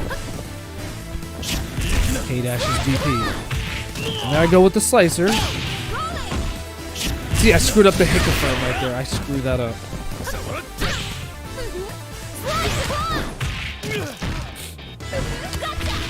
Yeah, I mixed him up. I mixed him up right there. You saw what I did there? I mixed him up. You saw that? First, I went low to hit him with slicer. Then he blocks low, anticipating another one. But nope, I did DP punch instead because I knew he was not gonna see that coming. Because that was like one of the only few times I did it in that matchup. So he never saw that coming. I was constantly using slicer on him, so I conditioned him to block low. Then once I saw an opening, I was like, okay, DP punch. Oh, got him. Here we go, combo time. Here we go. Ready?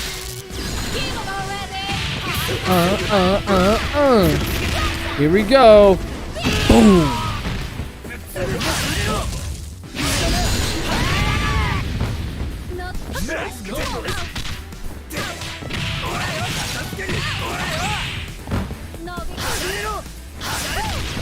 This was a very close match, if I'm being honest with you. I can't even remember who won.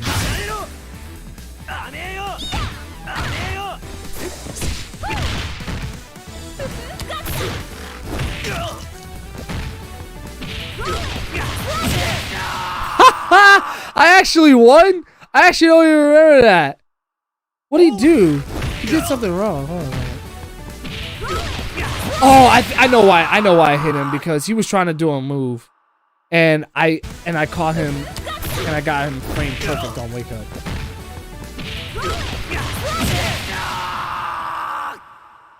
I'm not even gonna lie, this matchup was actually really fun. It made me try so hard.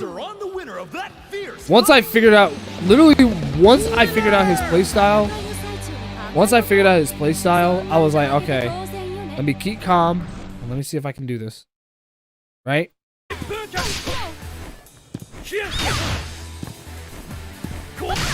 Coolkin. Alright.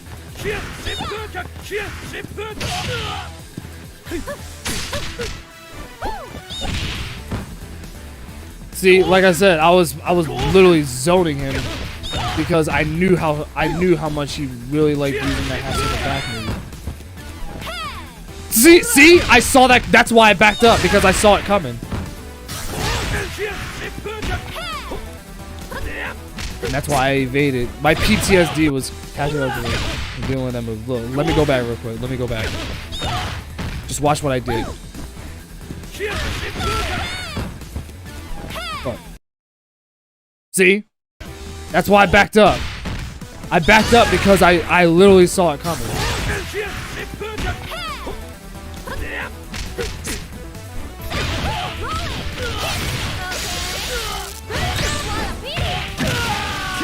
Nice bread and butter blue Mary combo. That was a good one.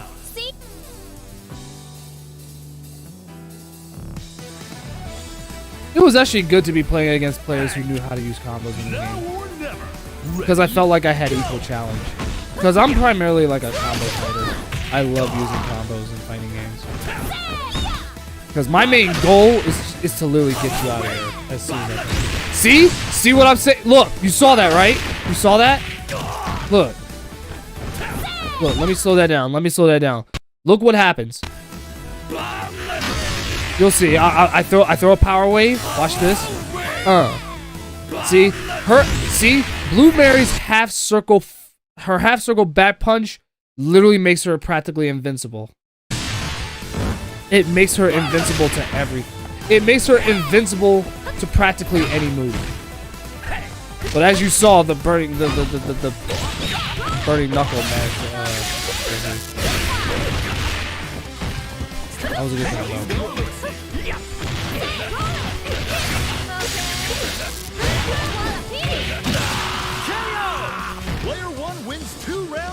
I think I lost this one. I actually lost. Because I don't know. I was literally making so many mistakes. Like rather than respecting his frames and everything, I was just waiting. I was just constantly waiting for my turn rather than just being patient and just letting him like attack until I saw an opening. So that was my fault, if anything. I kept rushing it. I backed the fuck up. I backed the fuck up again because I literally knew he was going to do that.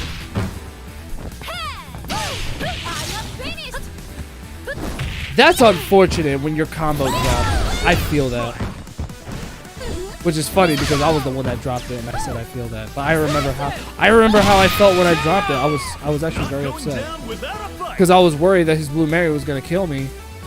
But then I was surprised at the fact that I was able to take him out. Stand your ground. Ready? Go! Her slicer is also good for dodging air mid projectiles. It's just that if you do her heavy slicer, that literally leaves Blue Mary wide open to be punished. Here we go. Here confirming the combos. Here we go. Boom. It actually sucked that I lost against him in the best of 3, but it was fine. You shitting me? Is there anybody worth my time here?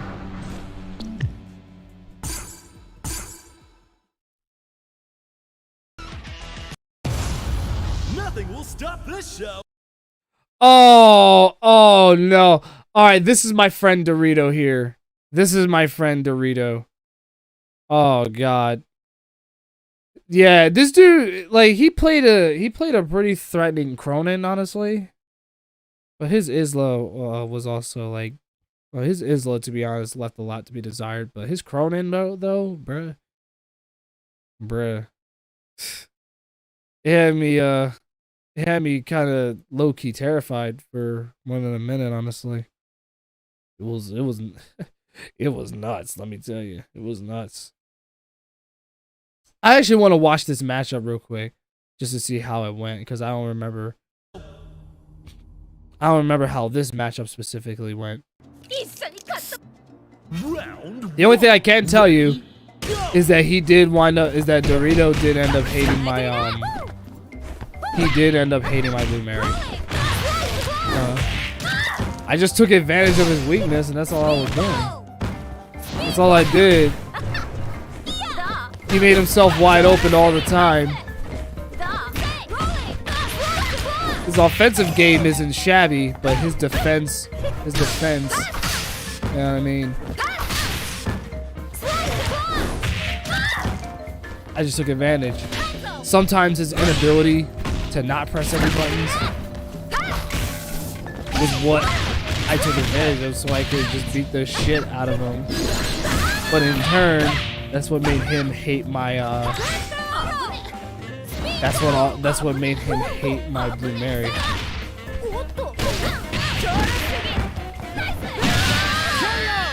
And player one clinches the first round. See you.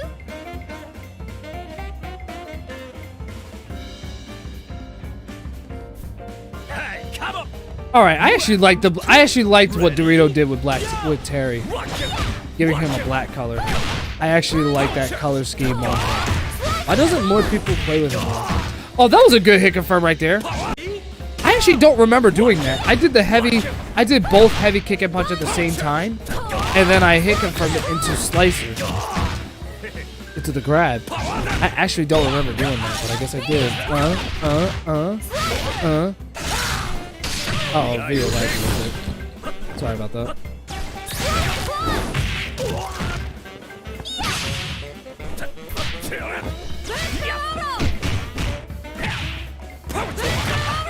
Punished it with the DP. That was good. And speaking of DP, here we go. DP punch.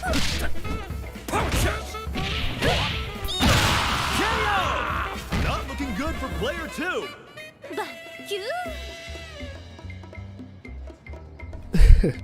Yo, my Blue Mary is a menace to society. My Blue Mary will make anyone shit themselves.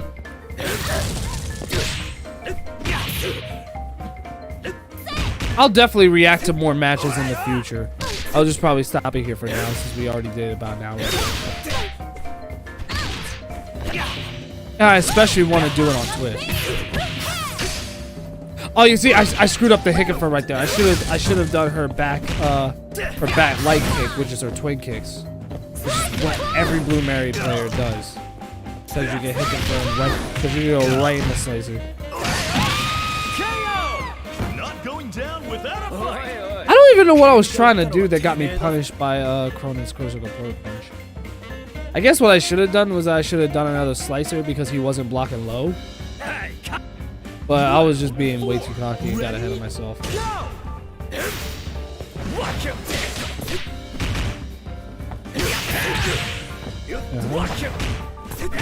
Close standing heavy punch into DP. Crack shoot.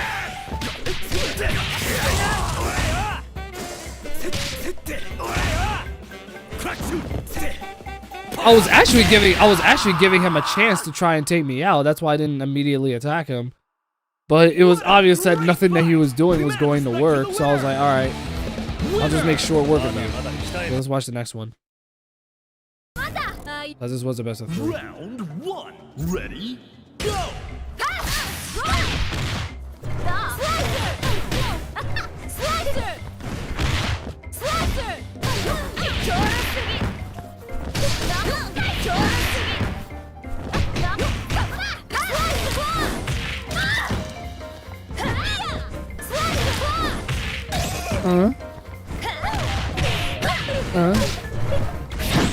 See, he did a jab.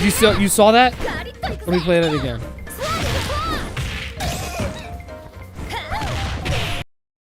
Pay attention. DP, boom, crouching jab. You see, if you do just a regular jab that has priority, you can literally stop that DP. You can literally stop the DP punch.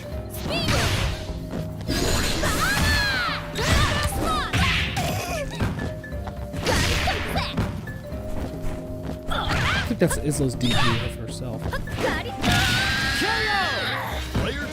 But yo, Isla has such a cool design though. I love Isla's design.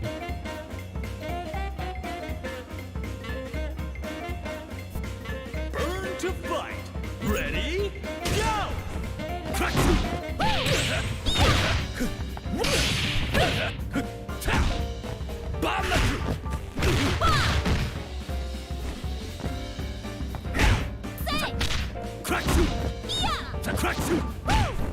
Alright. He tried to hit confirm him to bust a wolf, but he didn't have me hit, bro. Oh, here we go. Bread and butter combo. Wait, I screwed that up. What?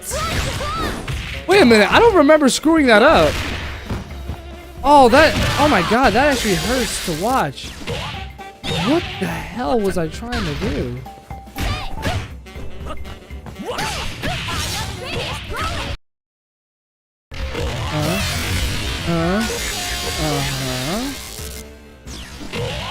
I don't know what I was trying to do. That actually hurts to watch. Oh man. That made my heart cry, bro. That actually makes my heart cry. Every time I see myself drop combos, it always makes me so sad on the inside. I'm pretty sure anyone watching this would actually be able to relate to my pain when you drop combos, you know? You know, like I said, this dude's Cronin was just nuts.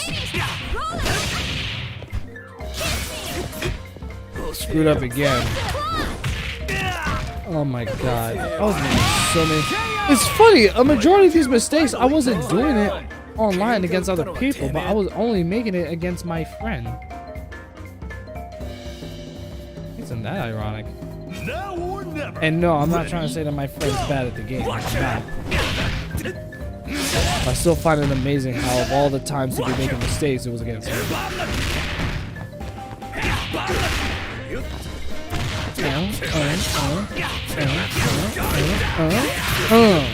There you go, EX rising tackle. Good shit. There you go with the hit confirms, best noob. Good shit. I mean, yeah, I know best noob 6 is me, but still, I always look at myself and give myself some praise, constructive criticism, and positivity if I deserve it. Maybe I'm a bit of a narcissist for that. Yeah, that was fun though. That was actually really fun. It was actually like really fun reacting to those matches, honestly. They were it was I mean, what can I say? They were really fun, you know what I'm saying? And yes, I had to pull up Baiken again because everyone's been, including me, has been drooling all over her all day today. But yeah, we'll definitely come back. We'll definitely come back and watch this. This was for the 17th of December. For those sets of matches. So yeah, we'll definitely come right back to those. But yeah, that was actually really fun. It was actually good to watch those videos again. Actually, this was the first time I really watched them in their entirety, but it's good that I watched them because I can actually use those as a leverage to learn what to do and what not to do when King of Fighters 15 comes out. Since it's going to be out in like a couple weeks.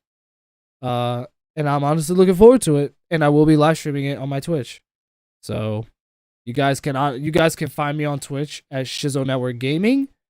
And I do live stream on there every weekend.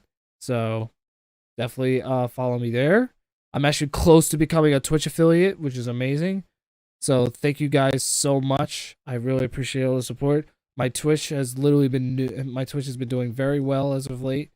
And I'm very, very happy about it. So give it the support, and as always, if you guys also make sure you guys also leave likes on videos like this, and make sure you guys also subscribe so that you guys can get more videos like this. Okay? There's really not much else I can really say, because I can really do, because I feel like I've already done just about everything. I mean, hell, we got the drool all over Baiken. You know what I mean? And I guarantee you, some of my audiences have probably already masturbated to her already. And I don't blame you for doing so. So don't feel bad. If I'm being honest with you, I probably would have done it myself.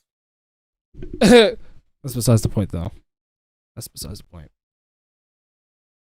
I don't know why, but it's like, given the fact that Baiken has such huge titties, I could almost kind of, as crazy as this sounds, like, she could probably, she's honestly the kind of character that Oda, the creator of One Piece, would honestly want in his series. Like, honestly, Baiken probably, just probably, would belong in One Piece, honestly. I don't know about Naruto. What anime series would Baiken actually belong in? Would she belong in Naruto, or would she belong in One Piece? I almost want to say One Piece because of her huge chest, but I don't know. I feel like Baiken would, some people might even say Attack on Titan. I don't know. It's hard for me to say Attack on Titan because I've never even watched that anime. Not yet, at least. Because I'm so dedicated to One Piece right now. Which, for the record, I'm 316 episodes in. It's such a good anime. One Piece is so awesome. I honestly love it. It's slowly but surely becoming my favorite anime. So anyway, that's about everything for you guys for tonight. This live stream was, it was very much impromptu, yeah, it was very much an impromptu live stream. So I still very much appreciate anyone who attended the stream tonight to be a part of this. And I love every single one of you guys. Just make sure I will make sure I also leave a hold on a minute.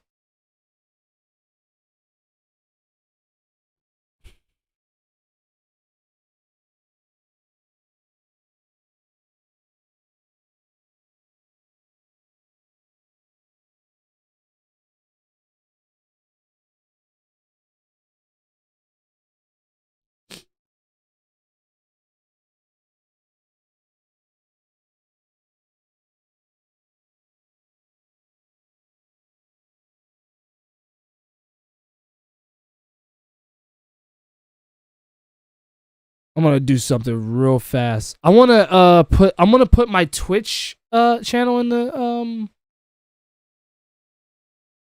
let me see if I can put my Twitch channel in the description. Let me see if I can do that real fast. Actually, I don't even gotta do all that. Hold on.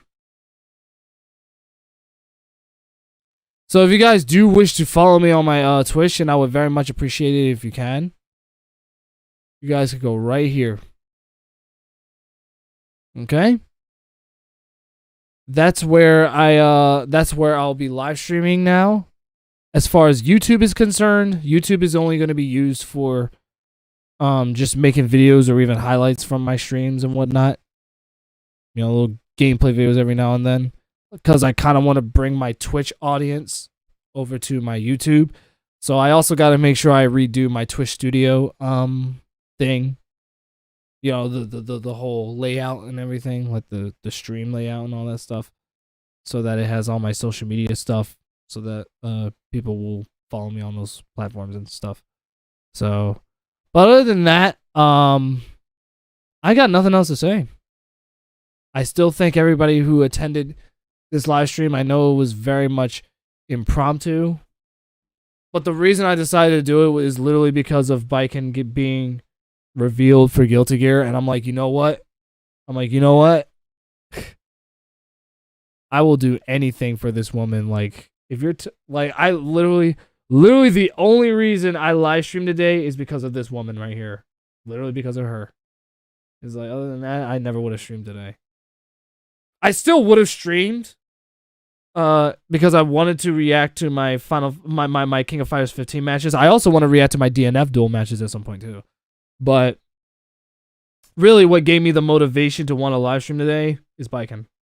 Baiken is just awesome. You know what I'm saying? So if you guys have never played Guilty Gear before, and if you guys never played Guilty Gear before, and you really like Baiken only because you're familiar with who she is, specifically like appearance wise, and you want to get into it, yeah, by all means, go ahead. I would strongly encourage anyone to play this character. You know, I would play her in Exar, but I honestly just want to wait until Baiken comes out for Strive later on this week, so that I can honestly learn her. We're literally going to spend a majority of the stream learning her antics and all that stuff. You know what I mean? Like learning some unique setups and all that stuff, experimenting with a lot of things. You know, like I said, I still plan on hopping online and every now and then just to use Giovanna. Because Giovanna is my sugar mama, but I also got to use my mamas too. Baiken's my mamas, so I gotta get down with her. So I'm sorry, it has to happen. I gotta use my mamas, bro. It's all about the mamas, bro. It's all about the mamas. But no, seriously though, I do want to actually play her though, like legit in Guilty Gear Strive. I only used her. Yeah, like I said, I only used her a select handful of times in Exard, but I never used her against any of my opponents, including my own friends, because I did not know Baiken well enough to just go out on the battlefield and fight an actual human being who would have probably knew the matchup more than I would, or even know more about the character than I would. So my main goal this year is to not only get up to Twitch affiliate, which we're almost there. I just need 3 average viewers. That's literally all I need. I need 3 average viewers, which is very hard to do. But so far, it's actually growing, which is a good thing. But also, I also want to main Baiken in Guilty Gear Strive. I actually want to learn her. I'm gonna learn her, and hopefully she'll be a worthy matchup for Naga Ryuki. I could totally see all the Baiken and Naga Ryuki match. The fact that Baiken and Naga Ryuki are going to be in the same game. The fact that they're both going to be in the same game. Both of them are samurai warriors, but one of them is crippled, but still fights like the absolute badass that she is.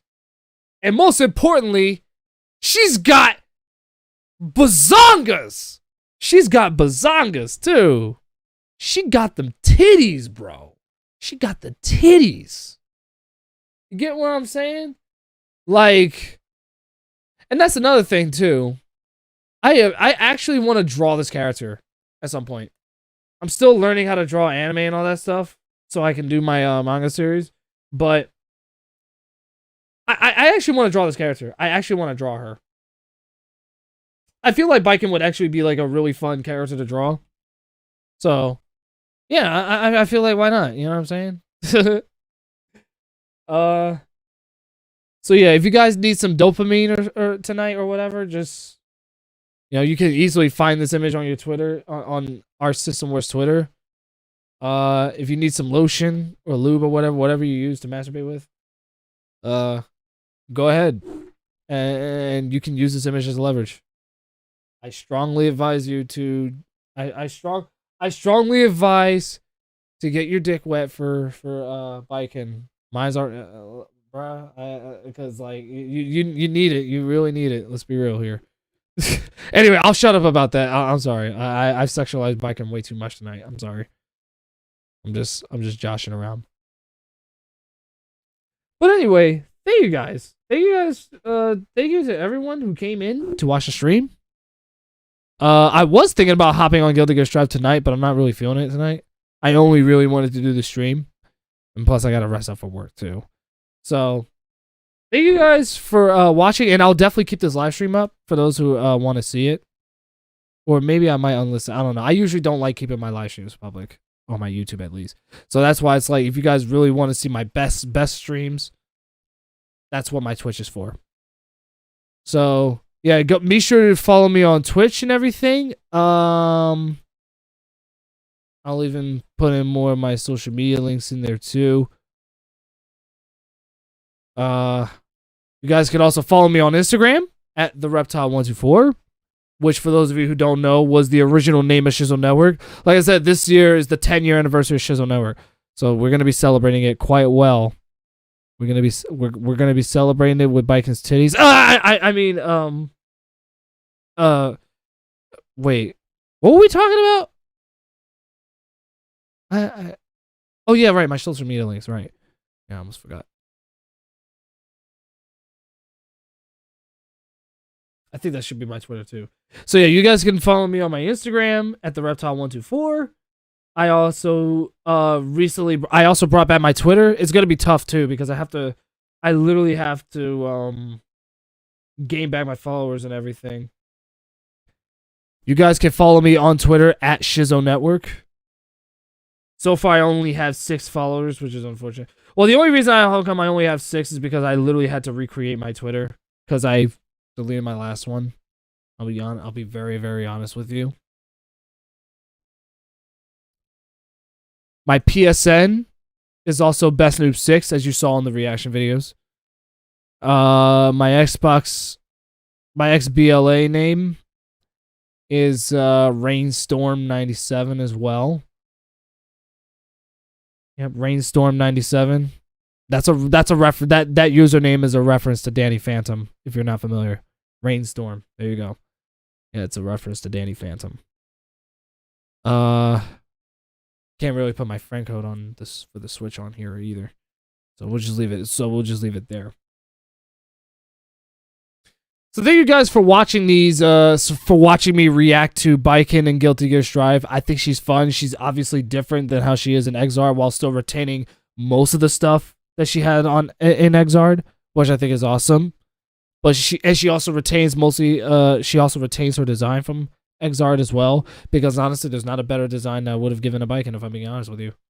I'm so glad they kept that, and they kept her cleavage! Her wide open cleavage. I'm glad they kept that.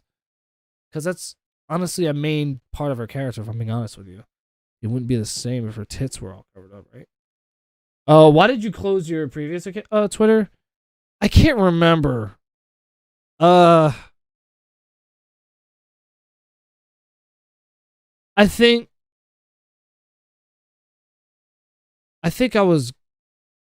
it might have been due to the fact that I was going through something at the time, and I just had to shut out from social media altogether. I rather not delve too much into that question because that's not a happy topic for me. Sorry about that, JSAP, but I think that was the reason. But I'd rather not delve too deep into that question because that's not a happy topic for me. But regardless, I still hope you guys have fun on the stream, and I also am very thankful for the fact that you guys also reacted to my King of Fighters 15 matches with me too. So you guys will catch me live streaming again this weekend on my Twitch. I do tend to stream during either the afternoon or the night. It really depends. I usually like to let people know. I do want to come up with a set schedule so that everyone will know exactly when I'm live streaming. I will say that for this weekend, you'll probably see me live stream at 3 p.m. at least. 3 to 4 p.m. on Friday and Saturday. Okay? If I'm not streaming on either of those days because of prior commitments, that's what my Twitter and my Discord will be for too. You guys will definitely be the first to know if anything goes on. That's also why I also use my Discord to let everyone know what's going on or when I go live and whatnot. So thank you guys for watching. I hope you guys have a great night. Baiken's my mama's. She's mama's to me at least. I'll see you around, okay?